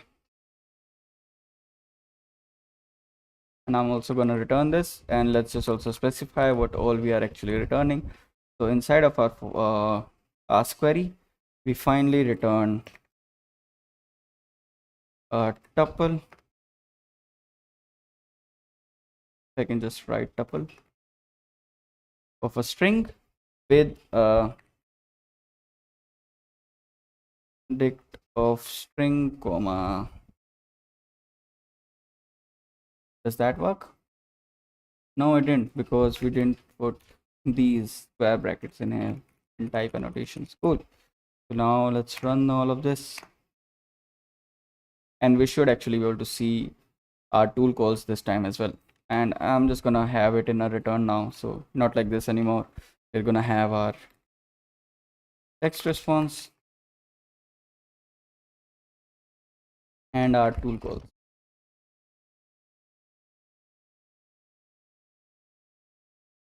I'm gonna have to delete this row again, but that's fine.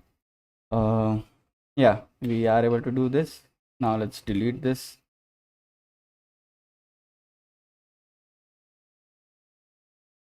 Delete this as well.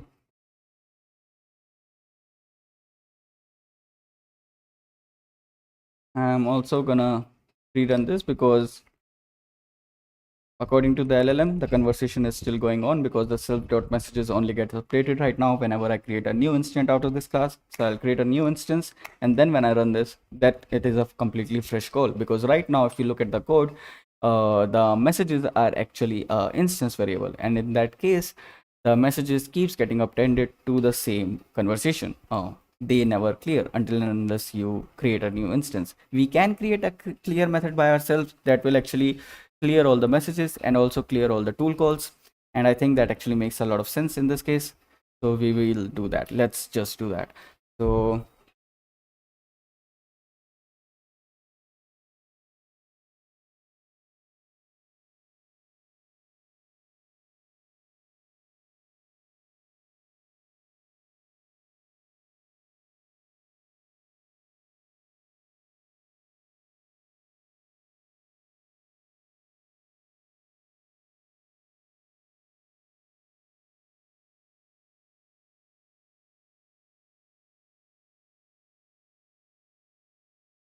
just to make sure, if any tool is updated in that time, we'll call it reset. Cool. Now we have a way of resetting the function, and it actually, yeah, we'll have to see the text response ourselves now.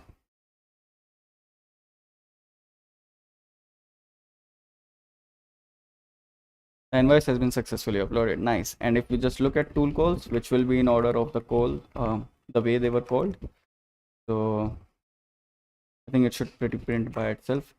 And yeah, So we can see here that the first call was made to the get invoice data as told to it by our system instruction that you have to first check whether the report already exists or not, and if only if it doesn't exist, that is when you have to run the upload query. So first it checked whether it is exists or not, and it got a response that uh, it got actually nothing from it. It got empty lists, so it knew that there is no data in this, and that's when it called the save invoice metadata to sheets function, which just uploads all the metadata, so which is the first page we see right here.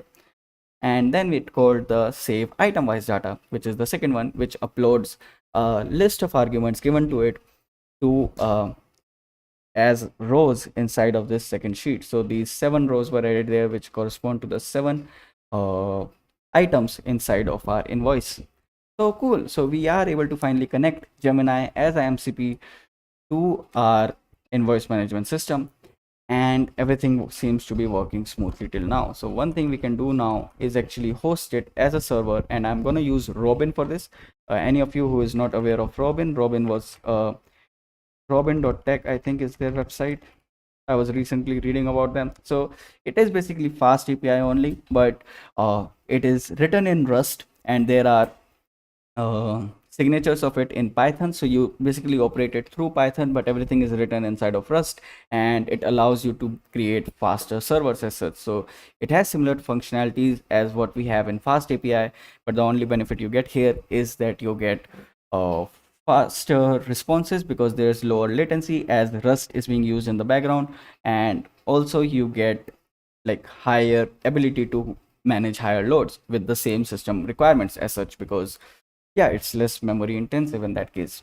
So yeah, kind of cool thing. You can explore it too. So if you have worked with fast API before, this is just a performant version of fast API, if you'd like to call it, because fast API, if you look at many benchmarks, it actually doesn't perform that well. And if you just look at their performance right here in this image, you can see that fast API is around here, which we work with UVCon ASG. So it's around 40,000 requests per second, and Robin on the other hand provides 600,000 requests. So you get around a 50% increase in the responses you can handle just by using Robin. So that's what we are going to use for this. So inside of the source itself, I'm going to, or not even in the source, in the client itself, I'm going to create a new file, which is my app.py. And here is where I'm going to create the Robin app. So inside of my client right now, and if you look at my py you will see that I have Google and MCP client only, which is what I have been using till now. Now I can finally add Robin inside of all of this. So I'm going to do that.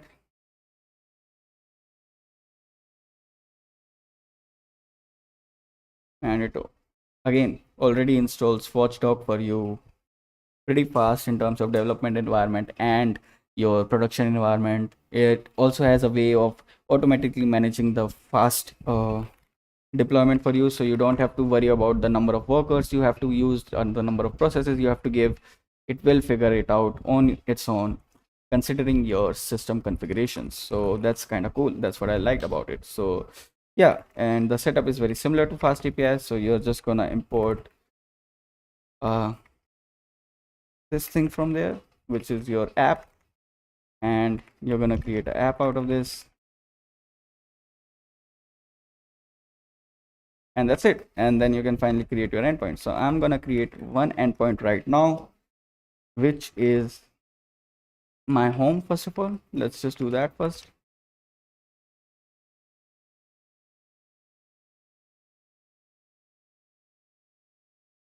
Let's just call it index, and here we are just gonna return service alive. And then we are going to have another endpoint, which is app.get ask and async def.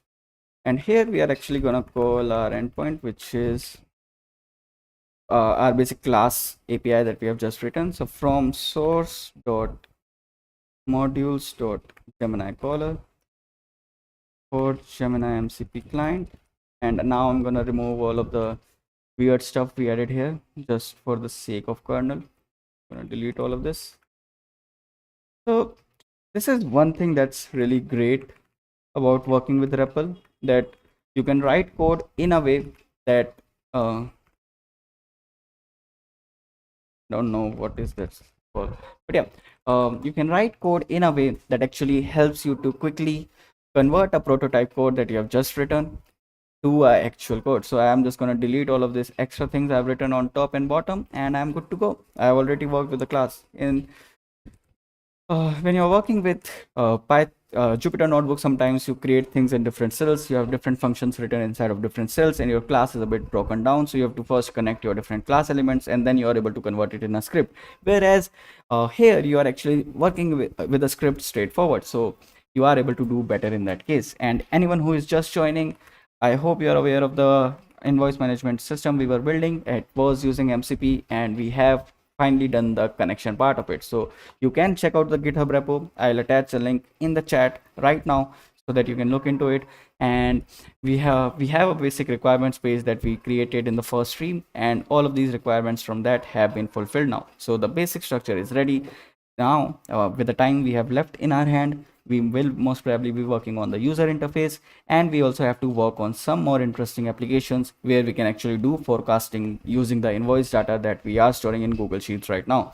And that's fun, that's exciting for me, and I hope that's exciting for you as well.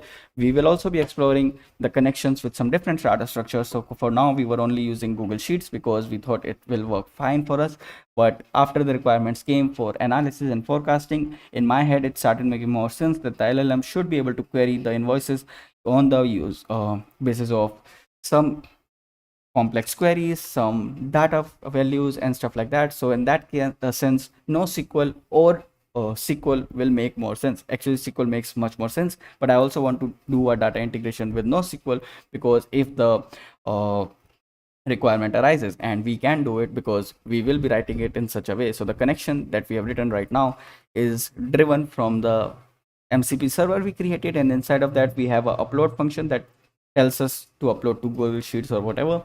We can just write different strategies behind of it, and we will create a interface from which everything will be created. So I think that will make sense once we get to it. But for now, we have a base caller that just takes care of the connection part and the tool refresh part for us from the MCP server side. So it creates a client, like a server connection to the client, and then we are able to do the Gemini caller part, which actually inherits from the base caller and now actually connects to Gemini API and able to do all the things for us. Hey Ayush, you're back again. Hi, how are you doing? This is really awesome. Thank you. You are really awesome as well, and you are the one who helped me ignite the passion for the project in the second stream, I guess you were at. So yeah, it's just really fun to me, and I'm really excited about getting to the parts that you recommended, which is the analysis and the forecasting part. That I think is actually really gonna add something of value to the project, because everything else is just MCP with invoice management, but this is something that's actually using the MCP's application to solve a problem. Have a LLM based invoice manager. Like, it's just having a invoice manager as a chat client. Good to see you connecting in this stream as well. We will be streaming for each Saturday and Sunday from now on. So each week, Saturday, Sunday, there's going to be a live stream, and we are going to work on such fun projects. So yeah, not going to skip this time. Cool. So yeah, so we have the Gemini caller ready for us, and we are using Robin to get it set up. So we have to define a ask function, which will take in a user query, which is going to be a string in our case. And the way we are going to use it now is we are just gonna set up our Gemini caller. So we want to set it up in a lifetime actually. So I've completely forgotten how do you set up lifetime events in this. I'll have to go back here and API docs is fine. Middlewares, events, yeah, startup events, yeah, startup handler. This is what I want. So app.startup handler is startup handler. So I just need to basically define another file inside of the client. Let's call it lifetime.py, and here I'm gonna def.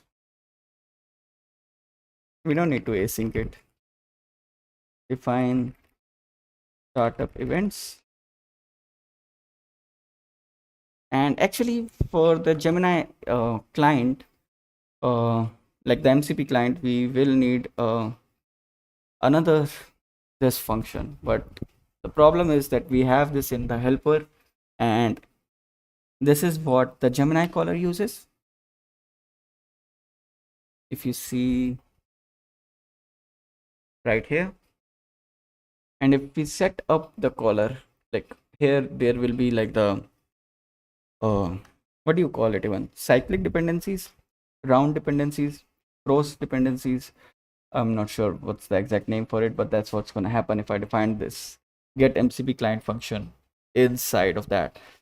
And also, now that we have everything working, we also should change the transport we are using for our client. So we are right now connecting our client using SSE. So if you go back to our server and see, we have set up the transport to be SSE right here, but we actually want it to be like we have set it up to be stdio, but we want it to be SSE or streamable HTTP, which is their recommended format. So let's set it up as streamable HTTP right here. And now whenever we will be running the server, it will be creating cyclic dependency. Thanks. So thanks, Ayush. So yeah, so we'll have to set up the streamable HTTP right here, and that's what we are going to call from the Gemini caller. So inside of the base caller itself, we had defined this URL parsing thing, so we hadn't defined the else part of it. So in the else now, we can finally define how we want to set up the function, and this else is actually indented right here. Yeah, and here we don't need the server params anymore. We will just have to use their, so let's see, from mcp.streamable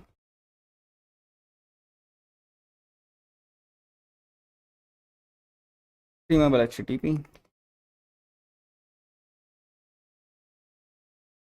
streamable HTTP client. Oh wow, nice. So I think what it should be is just that I set up the read and write just like the last time. Await it on self.stack.enter is sync context, and here I'm gonna have the streamable HTTP client, and it's gonna take the server path, and from here I can do self.session is equal to await self.stack, again entering it inside of the context so that it stays alive, even if like instead of using that with as a context handler, it will stay alive until unless we pop the things out of the stack we have created. And inside of there we can just do streamable HTTP client, not this, sorry, we just have to specify our client session is gonna have our read and write. What is this? Expression with tuple cannot be assigned to memory object receive stream.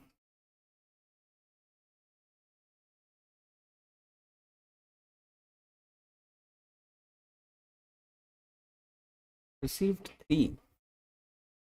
Why is it giving us 3? Streamable HTTP client, what all does it return? Get session ID callback. Oh, is it different? Is it not the exact same API? That's okay. So we'll have to see how do we actually link it up then. So do they have a tutorial on this? HTTP model context protocol.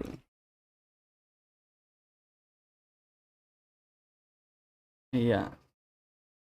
So here in the streamable HTTP, do they have a way?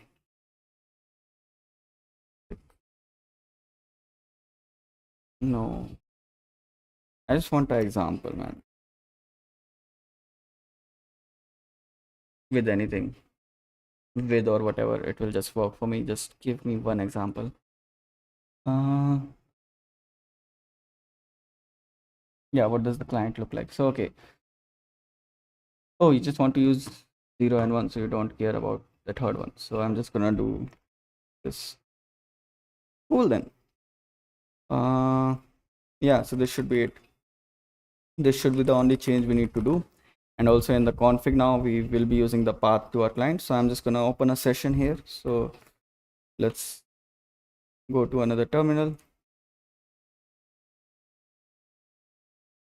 No, it's not Arc browser, it's the Zen or something. Yeah, Zen. It was something written in Rust, and I just got interested in Rust in the time being. So I just ended up using it. I don't know if it's actually really good or not. It feels fine to me. I was using Brave before this, and Brave was the only thing I liked about Brave that was especially good was that it had no ads. Even in YouTube, even on any website, there will be no ads. But I figured out that you can use this uBlock origin extension, and it works exactly the similar way. Like there are no ads on YouTube or on any website with this as well, so it's working fine for me. So I just stick with it. Like there's anything special about it. At least I didn't find anything special about it. So yeah, so we have to go inside of our MCP server, and inside of here we can now python slash m. No, we don't need all of this. We just need to do python server.py, and it should run our server. No module named MCP because we haven't activated it, and now I should be able to do it. Cool, so it has started a server at 8000 port, so I should just be able to specify HTTP localhost 8000. And now if I close this and go back to my app, which is my service, I'm gonna define a client here for which I was using a startup event. Oh my god, I'm doing too many things. I just got confused. Yeah, so inside of the lifetime, I'm gonna have my Gemini client, and while I'm starting things up, I wanted a helper function or something so that I don't have to create a Gemini client again and again. But as we are just using a Streamlit HTTP client and we are just connecting to it, it's still gonna take some time to connect and do the refresh part and everything. But I guess we can work with it for now. That's okay. We don't even need to have it in the startup events then. Let's just ignore this startup enough. Let's just print a starting service.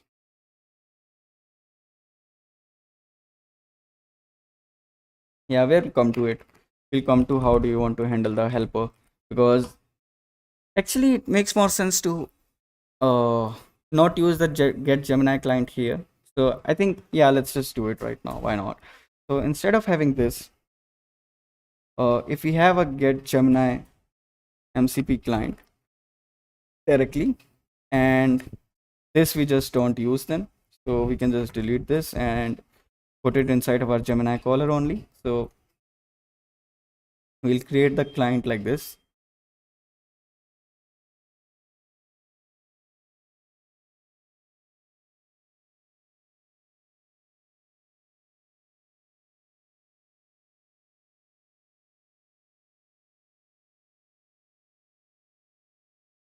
And yeah, we'll also have to get the client from there, and the OS we can also remove. Yeah, we don't need this.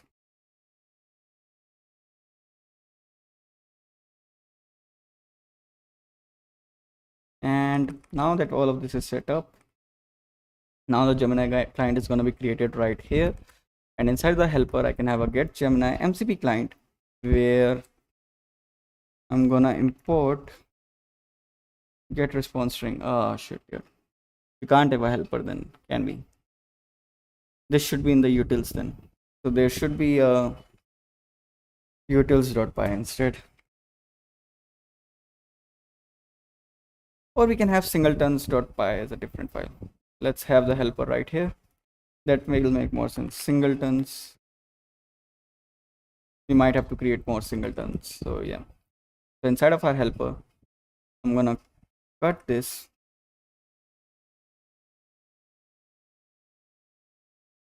That's the only thing we need there.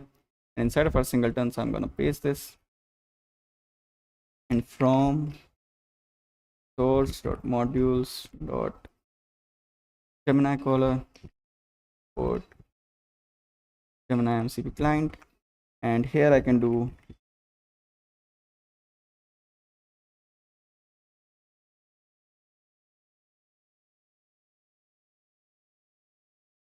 does it take any input? I don't think it takes any input. No, it doesn't take any input. Cool. And for the func tools part, cool. So this should be our singletons now, and inside of our lifetime, now we can do like we just want to connecting.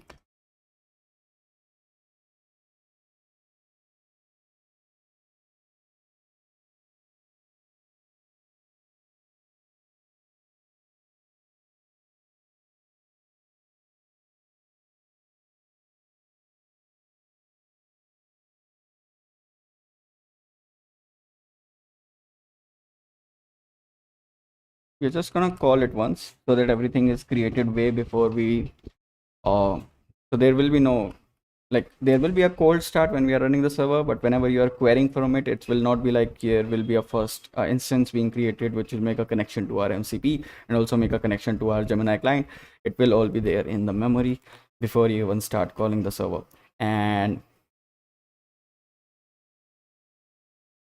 let's just have something to show off when we have connected the client.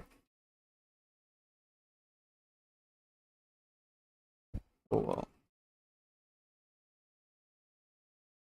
Client instantiated.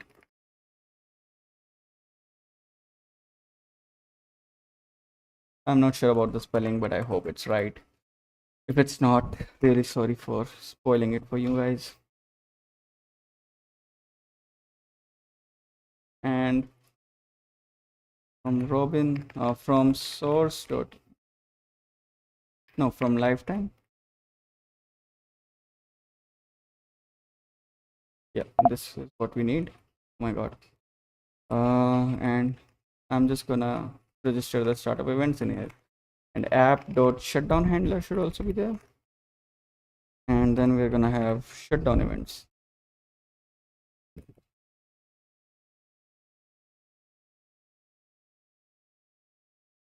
Yep, in the lifetime you can have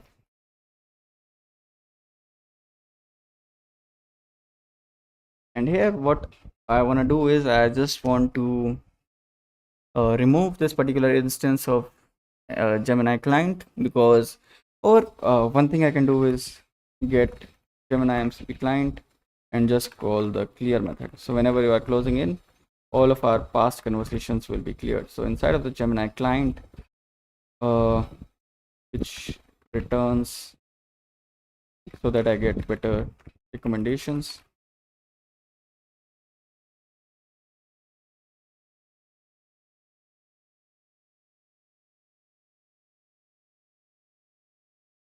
I defined a reset, sorry. Yeah, inside of our lifetime, we're gonna have a reset call. And this should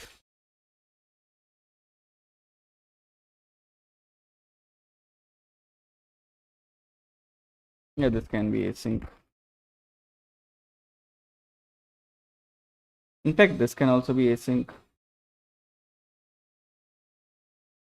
Like that doesn't actually matter. But then it's gonna return a promise, right? Wait, where is it? Yeah. So if I can make this async as well, and here I can put a wait on this. That way everything should work out properly. Now the only issue I'll face is that whenever I'm shutting down the event, I will have to somehow pass in this or like await for this again. So yeah, let's it's fine. It's fine. It's only starting up, right? So it shouldn't actually affect anything. I'm not sure if it does. Like If you know why we should keep it as async or keep it as sync, please let me know. I'm not sure if I have enough information about that part, so I'm just gonna keep it as sync for now. And inside of the lifetime.py, not gonna await this, just gonna keep that as async, and everything else should be fine. And this is an async function. Yep, it is. So again, this all should just be fine. And inside of our app.py, I have registered both of the events, and now I can finally from source.utils.singletons, I can import my get MCP Gemini, not Gemini client, the get Gemini MCP client function. And here is where I'll use my client is equal to get Gemini MCP client, and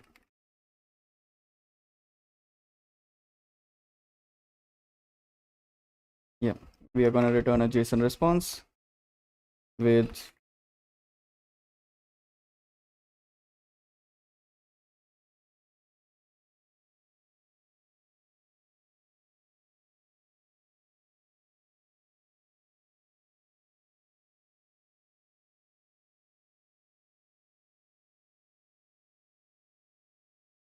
and inside of our ask, we are going to send in the user query because that's all we have for now. Oh, but we actually, what is going on with this? Cannot access attribute ask for Gemini MCP client. Attribute ask is unknown. No, that can't be true. Is it ask query? Okay, now it's working. Now it's giving another weird error. Oh, this because of the wait thing. Yeah, this is working. And now we also need the image bytes as well. So this is something I've actually not done in Robin. I'll have to see how to take in file as input.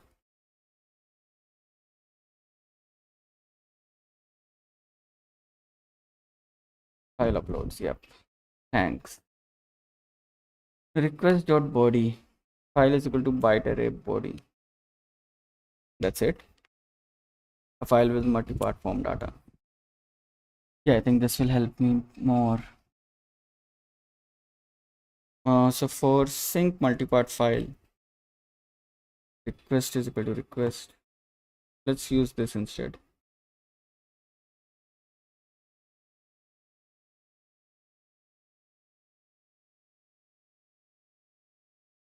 Okay, let's do the form data thing.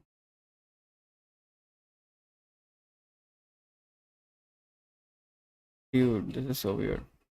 Like that's the one thing about Robin. Like it's a bit confusing because they're. I mean, it's still getting ready as such. Like I believe it's not like I think they are still in 0.6 or something in terms of their releases. So where is it? 0.7. They have just released 0.7, I assume. 4 days back or something. I'm not sure, but um, oh, 3 days ago they created a release, which is right now a failure. Failed some tests, but yeah, so they are pretty early in their process, but we can just get it working for now, just because I think it is a better way of handling things. So yeah, that's fine. Write whatever file name. I'm not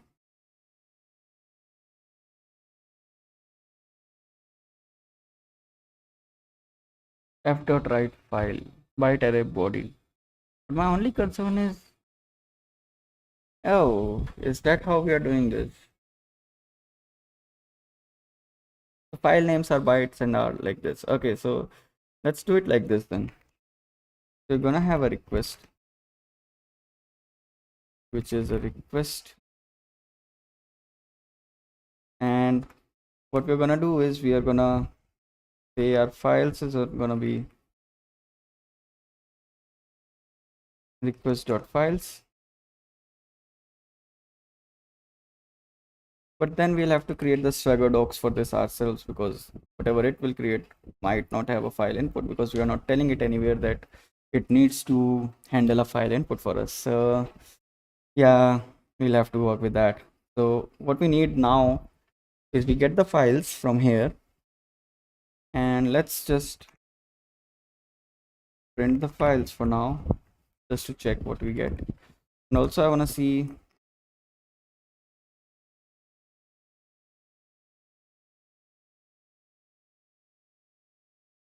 query params. That's the two things I want to check. And we'll have to start up this server as well. And for that, I'm gonna actually do something else. I'm gonna define start app as a function.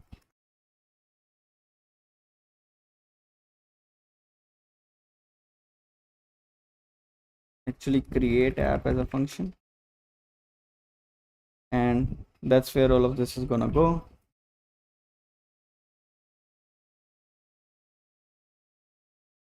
So the development of this particular library is not as mature as when you think about like fast API as such, or Flask or something like that.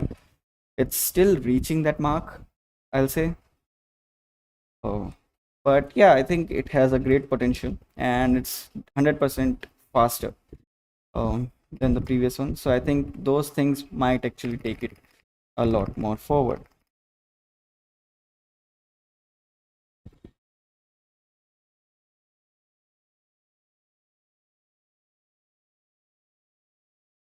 Whatever, I'm just writing some random text here, and I'm just gonna say name is equal to underscore main. Then you want to app is equal to create app, which again, just to have some better annotations with us, is gonna be Robin. And yeah, we will need this.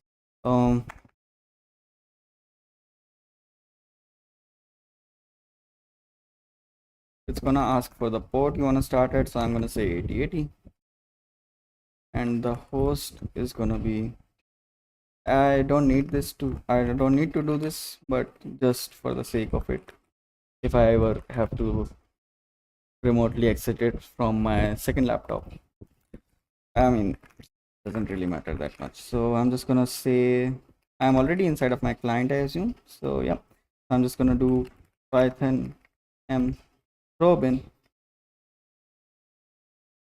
app.py -- dev.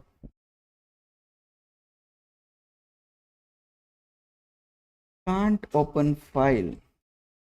No such file or directory. Oh, why is it app comma.py? That's weird.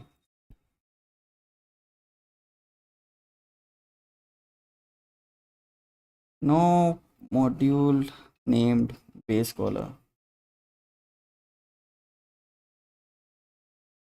Oh wow.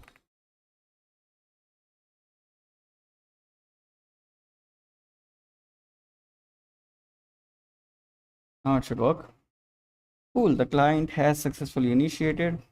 And if I go to my 8080 port now,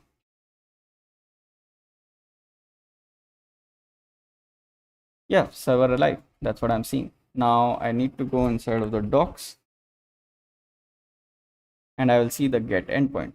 But I haven't specified anything in the OpenAI JSON, so that's why I'm not gonna able to get anything, because I'll have to somehow, if I can, like if I give enough information inside of the request itself, then it should be able to know like what file am I expecting or whatever. So let's actually test that out. Like let's actually try to find that code, or like how do you specify the request enough.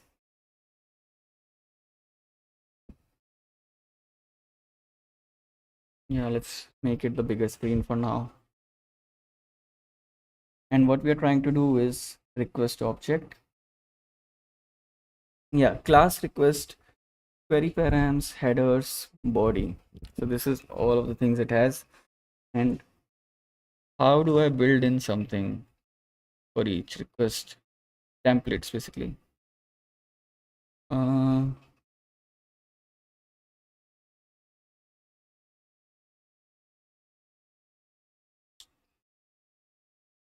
Open API documentation. Yeah, so when I'm using this, I can either create my own Open API documentation, or I want it to create that documentation for me. And to do that, this is something I'll have to do. So I'll have to somehow specify the form data. I have to see how do I specify the form data using this. Being annoying.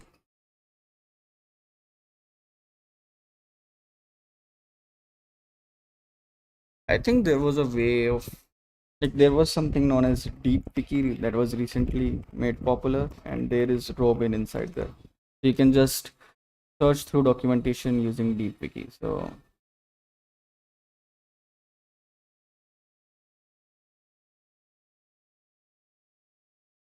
where is it? Yeah, this is the thing. So yeah, I have to search for Robin.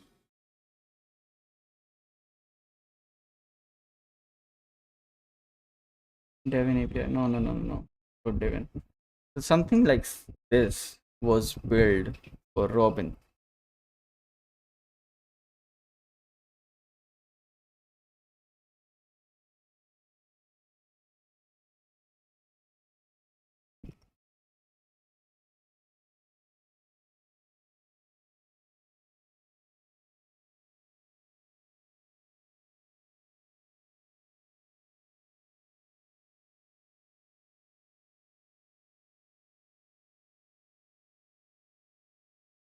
Pretty sure there was something known as deep wiki for this.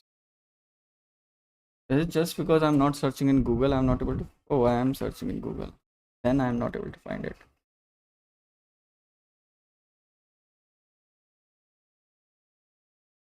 So it is showing me the request object.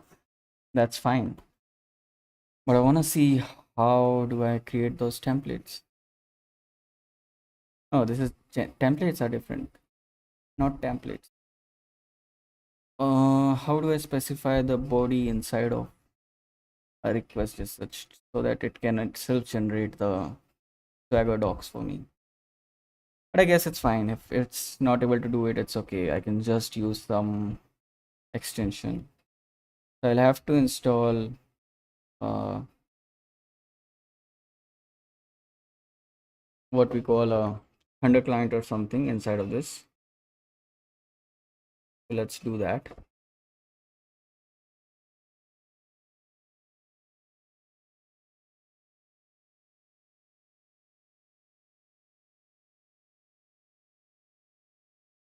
Do you want a Thunder client? The hell, dude.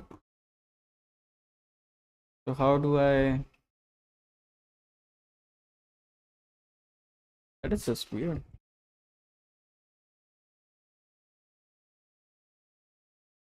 Is there a way to see the installed ones? Live server is something that is there, but that sucks then.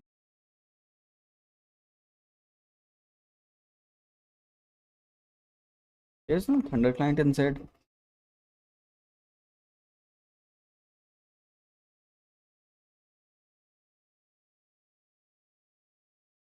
No, there isn't at the moment. Not in the rate map also.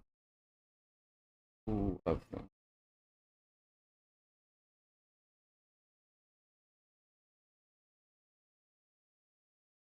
What do you think about storing request definitions per project as files? Run them through command palettes and use them curl or something. But there isn't is the answer. Wow. Okay. Well, that sucks. So make a request to it. Either we have to write our own request, something. Yeah, let's just do that. Why not? But that actually sucks. I don't know why they would do that. And in the body, we'll have to send the file. We'll have to specify the file as a binary. We'll have to do a lot of shit because of this. and I don't want to go there. So do we have VS Code anymore? I don't even know if I have VS Code anymore. No, I don't. No, I don't. So we don't have VS Code anymore and we want to make these requests. We'll have to use notebooks.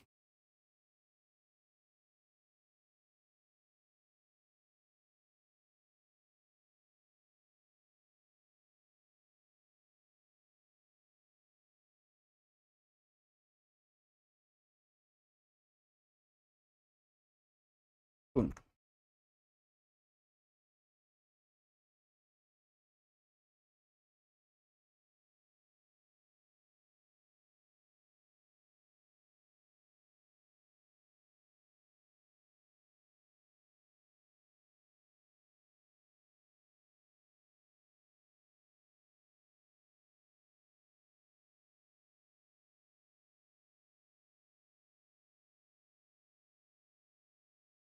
What happened? Failed to establish connection. Connection refused.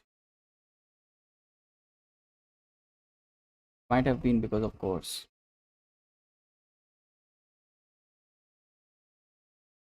No, it can't be because of that. Wait.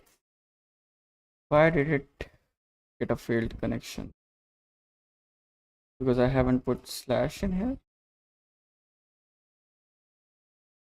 No.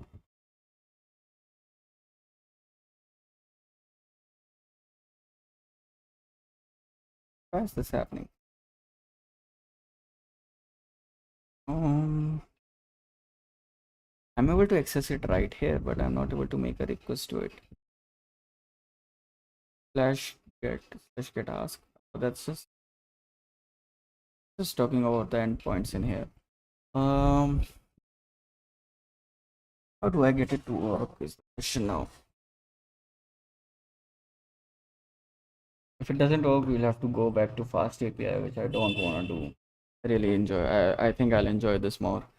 Uh,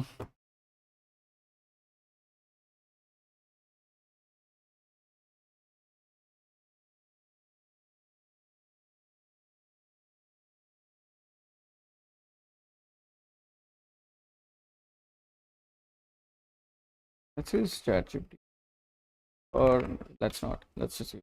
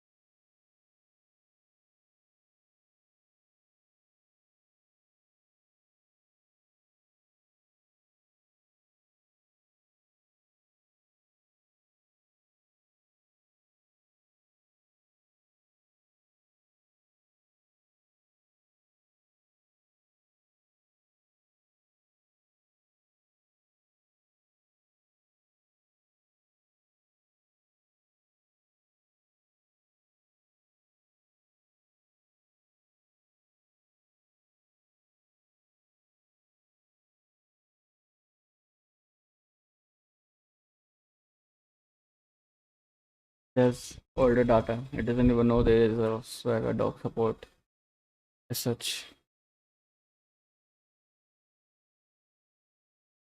Just gonna give us a open API documentation, open API.json configuration for the endpoint, which is also fine. We can work with the open API configuration. That's okay for us. Yeah, I think that will still work out if that's the case. Uh, but we can also ask Claude till then. Like maybe that has a higher knowledge cutoff than this one. If that helps, I'm not sure if that will even help or not. But yeah, let's go to Claude. And yeah, we are using the app in this case. Not now.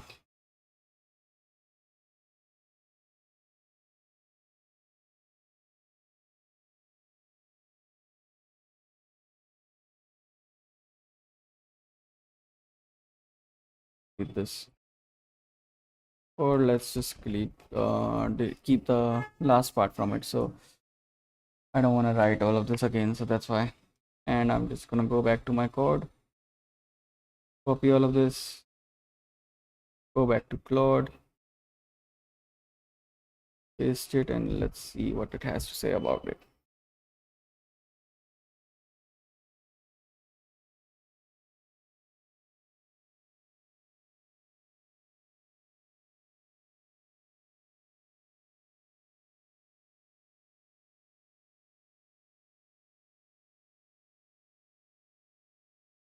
Yeah, I'm trying to see how it does that.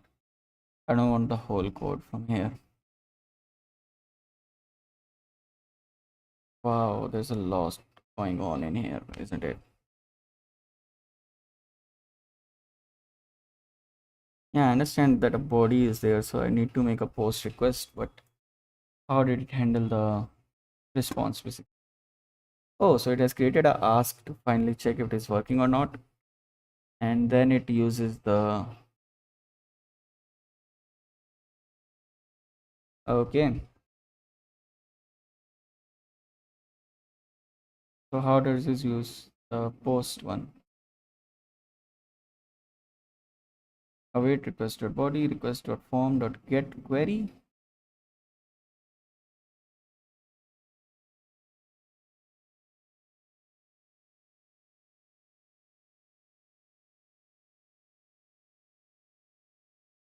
Okay,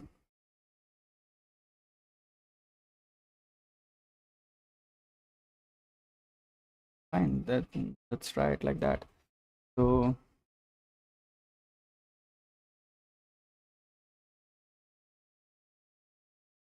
and also it's gonna be a post request. Makes sense.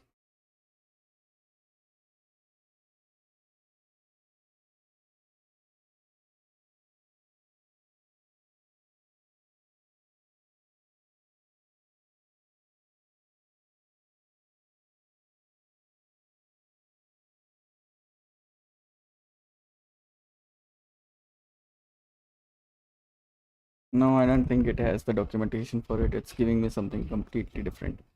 And I'm gonna print these things is the question.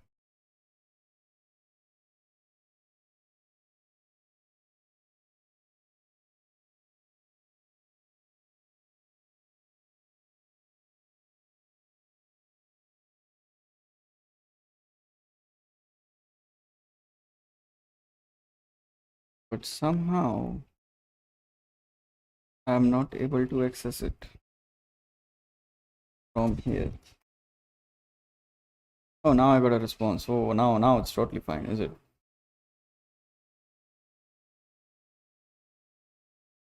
That was weird.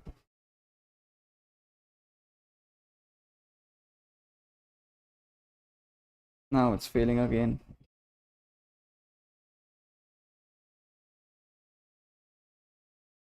Slash ask is the URL I've given it, right? Yeah.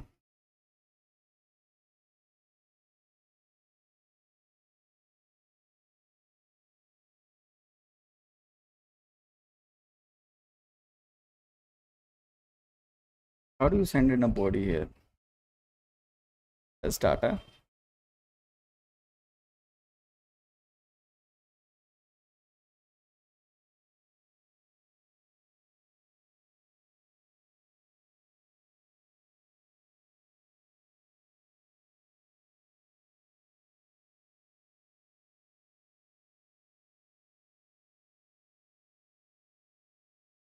File is equal to here I am a file. Okay. This is how we are getting things. Now if let's say I upload a file in here. So how do you upload a file basically? How to send a file in request post in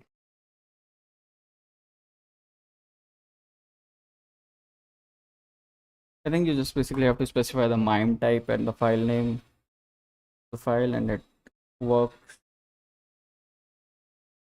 Yeah, that is okay. Sending form encoded data, that's also same thing. Bro, why was it recommended if it doesn't even tell you how to upload a file and the post request? That's just stupid, isn't it? Uh, oh, you're not even specifying everything, is it? You don't even need to specify the. Oh, okay. So I'm just gonna say whatever is my file, and let's just open up a file. Um,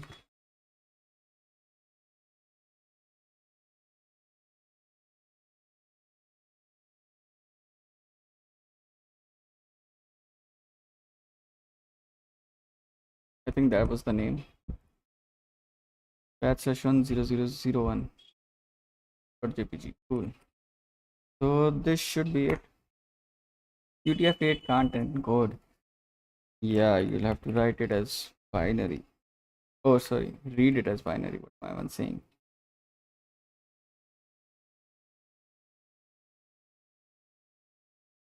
So you are getting the binary of the file. So the way we'll have to send it is, oh, so this is what you're getting in the body. And my idea is that you can also send in the query just like this, I assume. Uh, or we can send it in as a query parameter.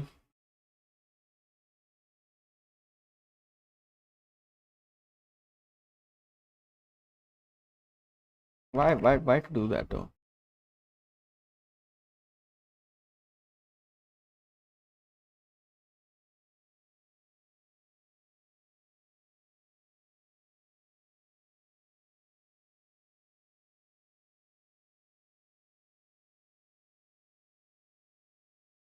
And also let's change it to 2. We have been working with the same file for a lot of time now. And let's try running this. I should still get the print statement. And then I'll have to convert these binaries back and also correct this. So also I have a typo here. If I go back to my app and inside of my request body I have everything.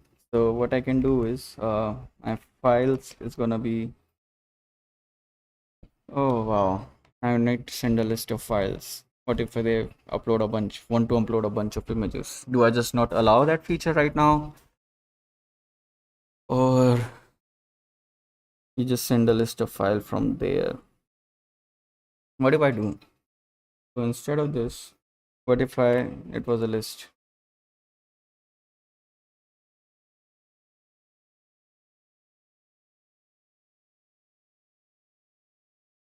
Syntax error. Oh, that's different then.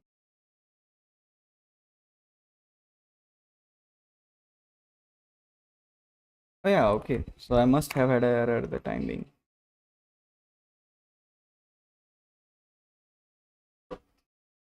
Okay, not able to process it correctly. What if I haven't put in a read in here?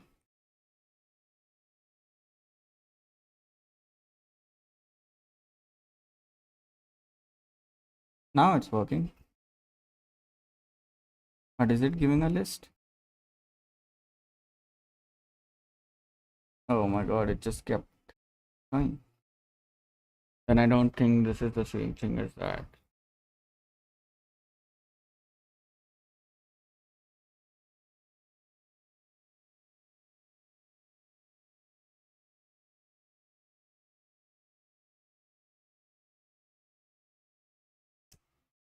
The ideal way to do this is that you send it all in inside of something called file, and there you create a bunch of dictionaries based on the files you want to upload.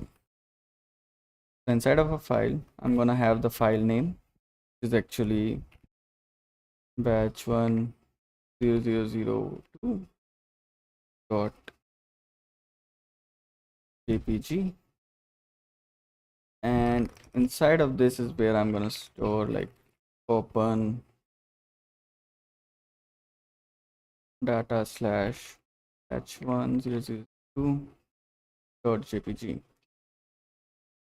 as RB, read binary. So this seems like a better way of doing the same thing. If I run this now,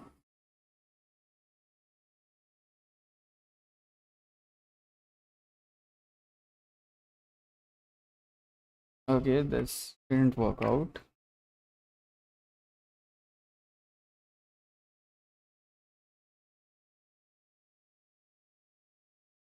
It just gives me the key. It doesn't give me the value inside of it. So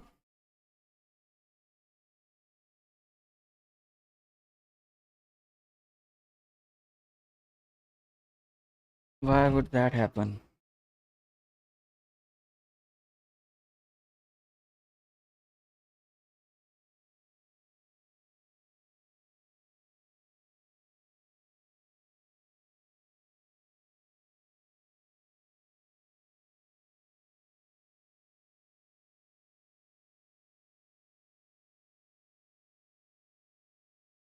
Oh, okay. Instead of doing any of this, if I just do params is equal to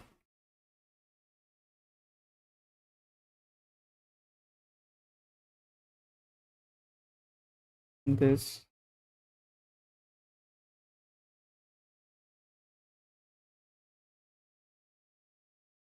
and instead of having a data like this, I'm gonna have files is equal to this thing directly.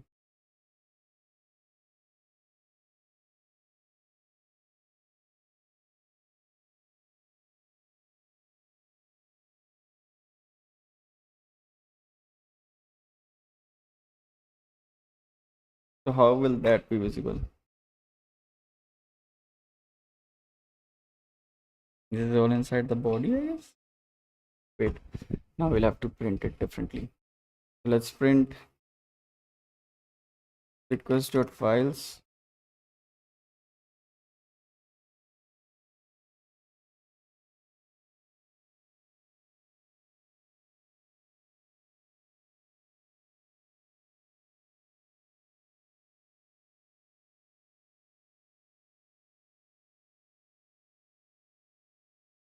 Name body is not defined.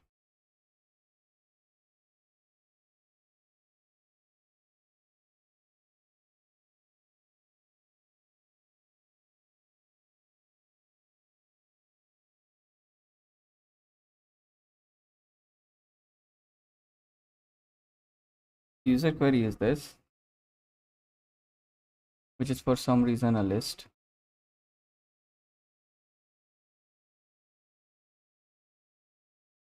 Yeah, I'm gonna treat it like a list, then no worries. And the files is just a dictionary. So cool. Now we have both of the things that we wanted. So we know that uh, our query params is inside of this, and we know our user query will be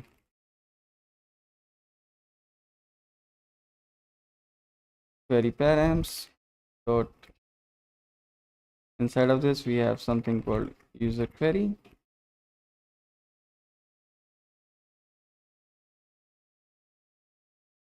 and we're going to take the 0 of that, which is the first value, and we also need to clean it. So there is something known as URL clean plus. um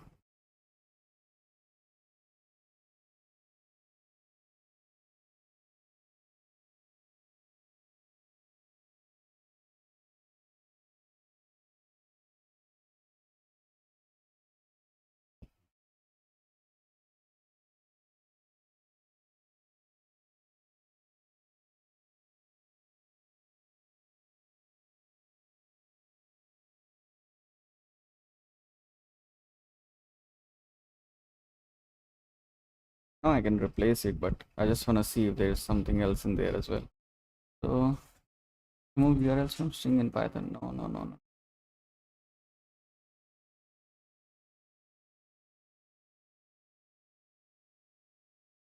how to fix thing.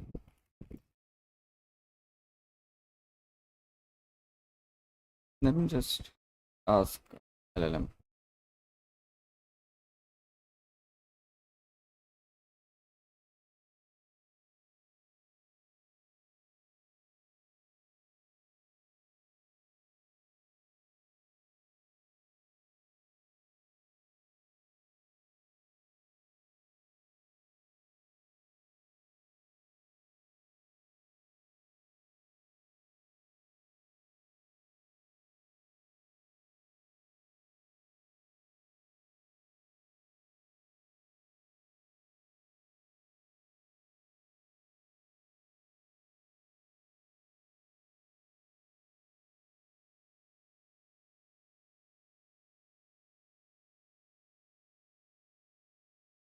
Yeah, the uncode plus function. So for a lib parse port uncode plus.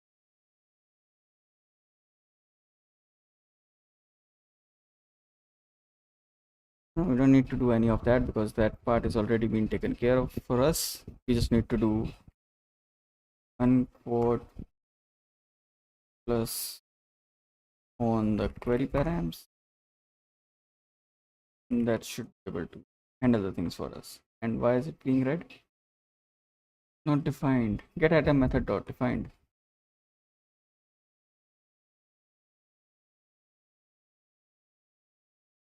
So what is it that was getting printed when I saw .json? We just have to do .json.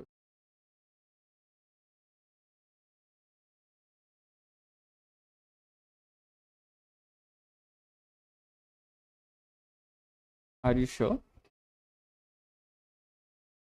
can see a JSON method right here.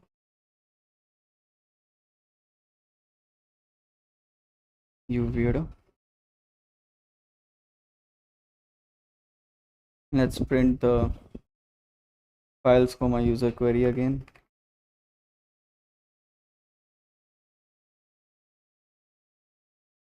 By calling this. I'll remove this for now. Here is our testing.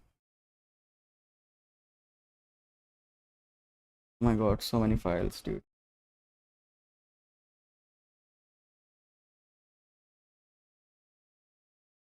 Built-in query parameters object has no attribute JSON. What? But you just showed it to me.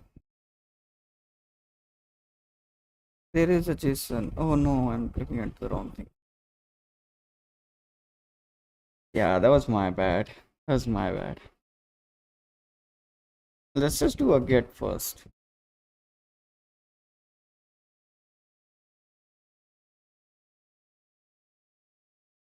So if I just do this, what does this thing print? Without even doing the unquote plus. What is just this thing?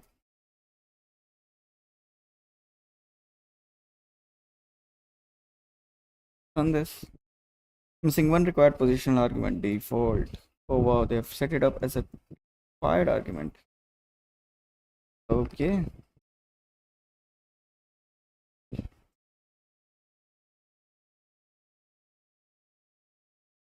Please upload this file. So you still have to do unquote plus in it. Okay.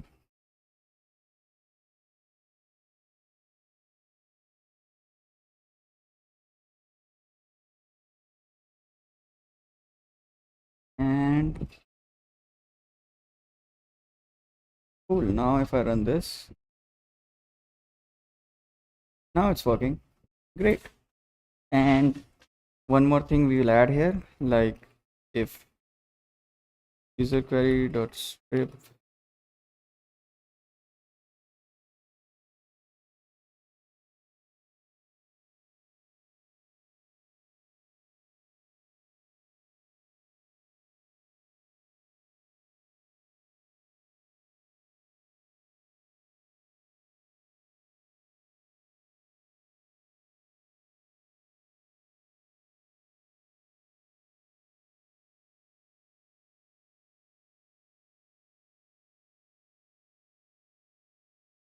hell is this?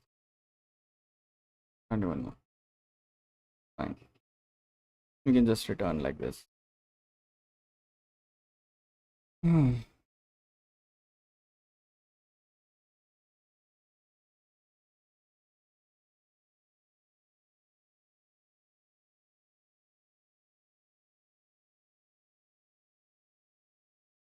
There's nothing from Robin in this case, is it?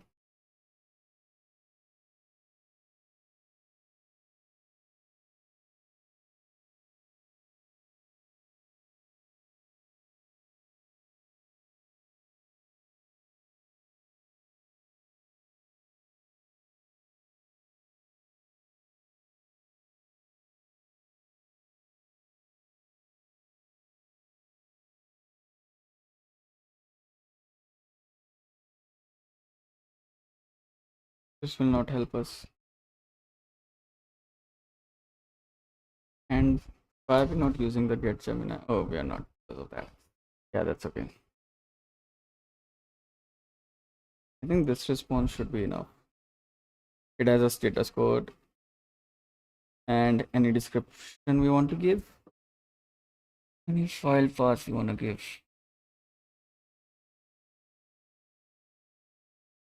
Oh wow, the description is actually the body. If the response is JSON, it will be a dict. Okay. So this is what it's gonna be then. So I'm gonna return a response saying that my status code 400 description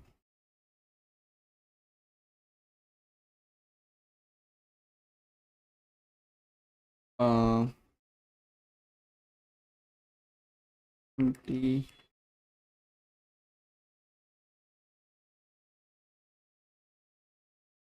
What's the problem with this now? Argument missing the parameter headers. What do you want me to say in the headers?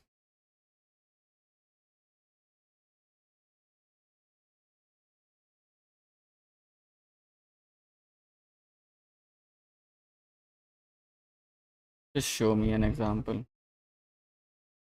so that I can put something inside of it. Oh my god, they're all just gonna give me documentation, is it?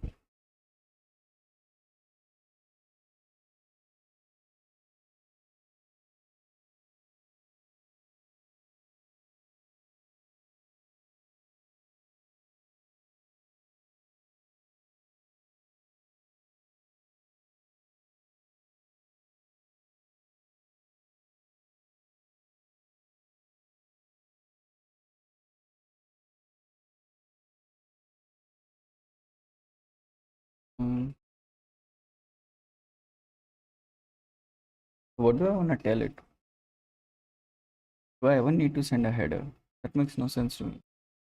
Why do I have to do all of this? Let's just return this for now. We'll worry about these things later. Not sure how to do it in Robin. I think I'll have to go through their documentation and a little bit more depth. But I can just try going through it right now.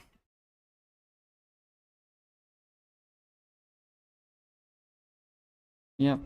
So if I'm returning a response, this is all okay. But what if I want to return a status code? Oh, you just entered it in as a tuple. Does that work?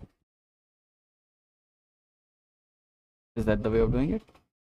Okay, we can try like that. And it's gonna be 200 in this case. So I assume now if I send an empty string inside there, it should give me an error. And also, coming back to the files part, do we have a list of bytes right now in our files? I'm not sure. But okay, let's go back to our testing one. And not this testing. And let's try running this. We got a 500. The tuple should have 3 elements. And what are those elements? You're only showing 2 elements in your example, so that's kind of stupid, isn't it? My god, my ears are not habitual to wearing these headphones for so long. Getting irritated. Uh,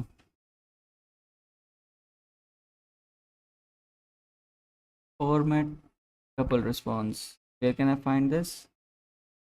Robin.router.py in format response.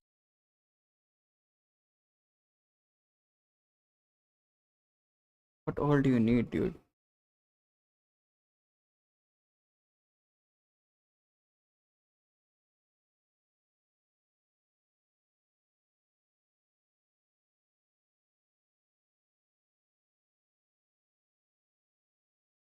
Yeah, this one.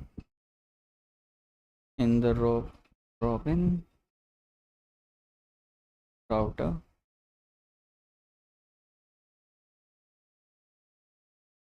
format tuple response. Description, header, and status goes. Ah, shit, the header comes up again. There's no going away from the header. And in their example, they are not even showing headers, which is amazing.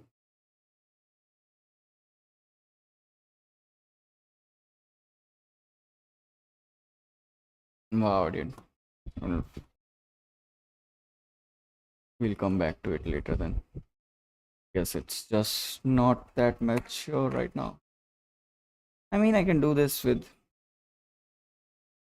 I can clearly do this with our friend Fast API, but I just wanted to try it on my own a little bit, but it's just not allowing me to.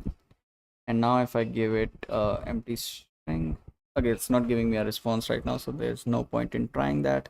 Like, or you can say I'm not looking at the response right now. I can just look at it.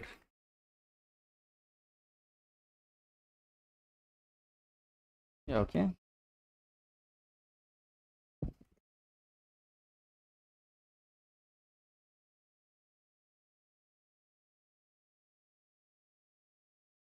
Yep. And if I pass in an empty string,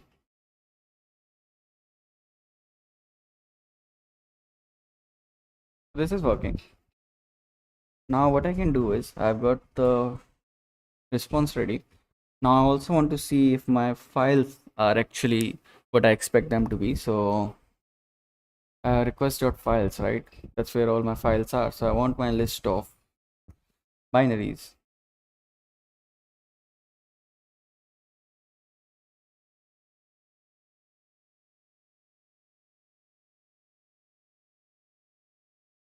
And we're gonna create a list out of this.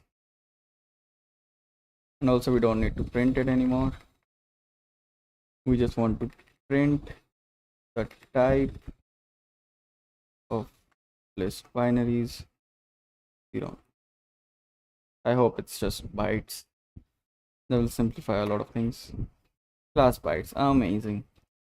So we have both of the things ready. We have a list of bytes, we have the user query. So now we can just finally set up our Gemini client and do this. And we don't need to print anything right now. Yeah, and here is where your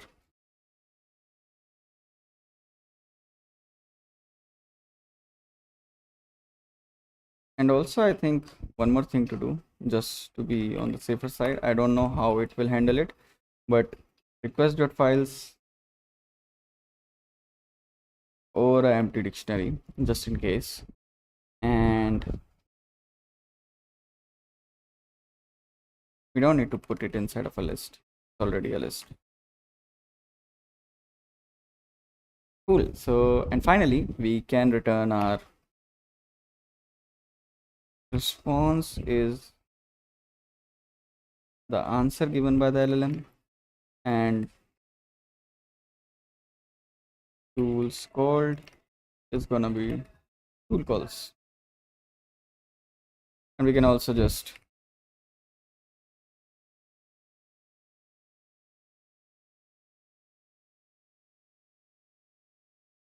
and we're gonna import JSON for that. And for answer, it's gonna be a string anyway, so that is not an issue, just for the tool calls. And the way we are returning this, is it managed properly here? No, it's not, right? It's actually a list of dictionaries, right? Yeah, it is a list of dictionaries. Okay, so now our app is finally set up and I can actually send a real request now. And coming back to our feed just to check if it will be uploaded or not, we are sending in the second file, which we haven't yet. And let's just give it a go. Oh, yep, it's running. Expecting value 1, line 1. Something failed. What failed? Please retry or report in invalid arguments. Client error.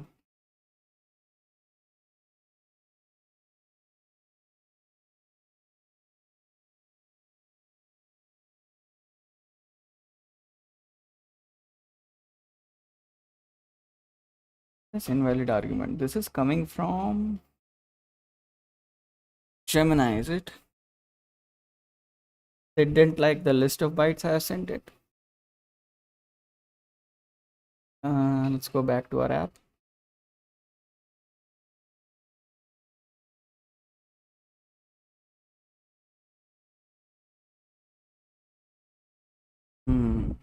Might have not liked the list of binaries I have sent it. So just to be double sure, print list binaries 0. Again, just to check the type.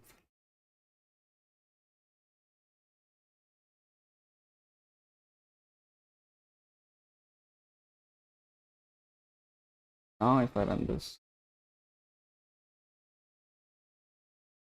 it is the class bytes.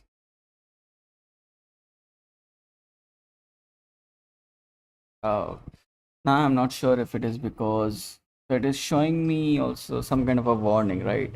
That the remote number of remote calls is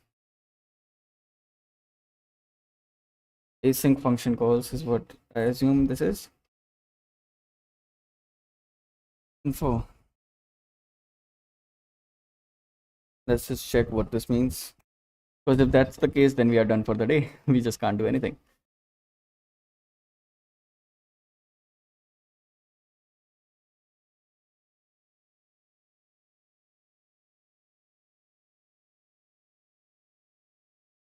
Well, let's just check what it means. In Gemini client config, you can add this. Okay, automatic function calling time, automatic function calling config disabled. Oh yeah, so automatic function calling is limited to 10, guys. So we are actually done for the day. Oh, we can't do anything. We'll have to work with this. I'm just gonna upload all of this code. I hope this code made sense to you. And we are actually really close to what we were trying to build initially. So we have a service setup, we have a client setup, and on the client side, we also did one more thing. So we are creating a, right now what we are working on is create a Robin server direct with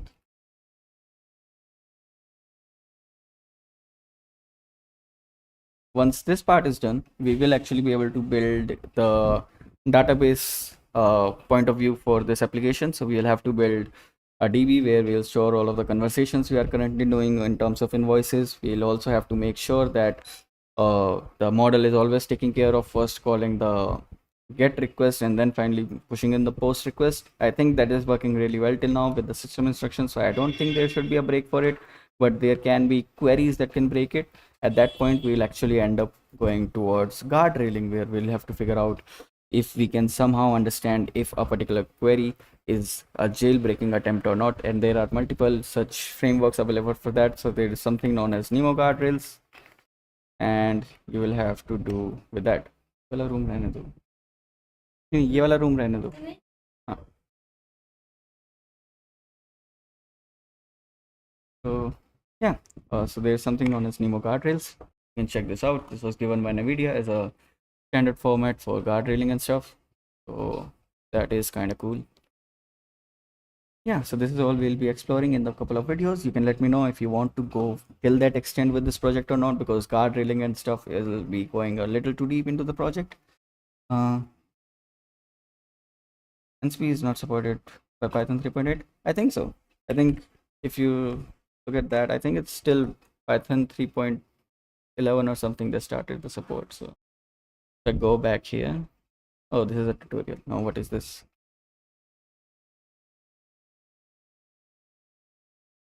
Yeah, if I go on their GitHub, as far as I can remember, it had a support for Python 10 or greater. Uh, Python 10 or greater. Yep, it is supported after Python 3.10. So yeah, there's that. Yeah. So yeah, so we will be continuing in the next stream, which will be tomorrow. We'll not be skipping it again. And this is what we have done till now. I'll just push everything so that you guys don't have any issues. Yep, this is all that we have worked on. And we'll start working on the front end tomorrow. And I think that should be a faster process, hopefully, if we don't get stuck on some random JavaScript and React bullshit, which I hate. I'm not my first programming language, you know. JavaScript is not my first programming language, and I don't want it to ever be my main programming language. There are a lot of nuances, and I don't want to fuck my brain around with all of that stupidity. So yeah, I'm happy with Python, and I'm happy with Golang and stuff that I keep learning from time to time. And React is also decent, I think, but JavaScript behind React, man. You just have to work with JavaScript to work with React, and I hate that fact. But yeah, so we were able to add Gemini connection with MCP server. It Robin server.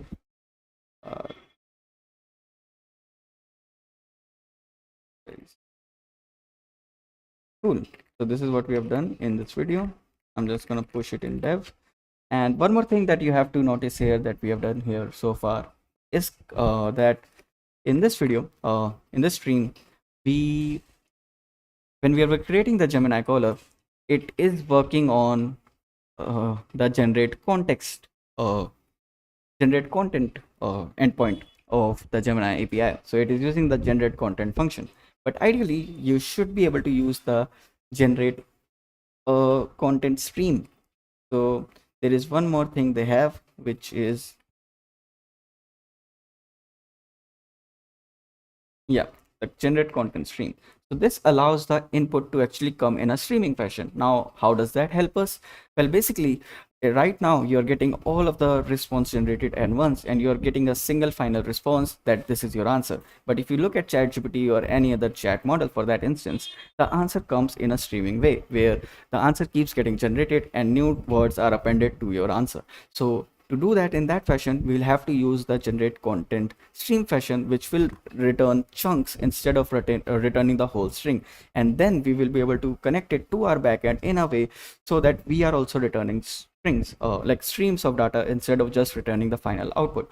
So that is something we'll be figuring out in the next video before building our front end, or parallelly while building our front end, because if we are able to do that, we will actually help the user read the query faster, read the answer faster, because they are able to read as the answer is being generated. Otherwise, they will have to first wait for the answer to be generated and then read it at a single go. So I think that's why we want to do the streaming part, and we will be implementing it. It is more important for front end than for back end development. And so for the development part, this is okay, but when we will actually be integrating with the front end tomorrow, we will be using the streaming output instead of just this final output kind of a fashion. And yeah, that is something we are going to do, and we'll see how we can achieve that with Gemini using MCP, because we have to also do the function calls while the chunks are being generated and take care of that part. So that would be an interesting problem to solve. So yeah, that is all from me for today in the stream. I hope you had a fun time, and yeah, I hope you are following along in the project. I'm pushing everything to GitHub continuously, and would love to get some stars in the repo. That's the first thing. Actually, I've not received a single star from you guys. You are in my stream right now, you're looking at the project, you're telling me if you like it or not, but you're not starring my project. That's not, I mean, I can't force you to star it, just the same way I can't force you to subscribe. Please subscribe, please star the project. and also make some contributions. Like, that is the best of it all. Let's just work on this project together. Let's just have a new branch created from you guys side and have a pull request for me. That will be really fun to work with. We can take this project to a different direction if you want. Totally. That's why it's open source, and that's why it is being built on live stream, so that you can understand the whole detail of the project and contribute yourself. So anyone who is just looking to do their first open source contribution, well, please go ahead. Thank you, Ayush. You're always very supporting, man.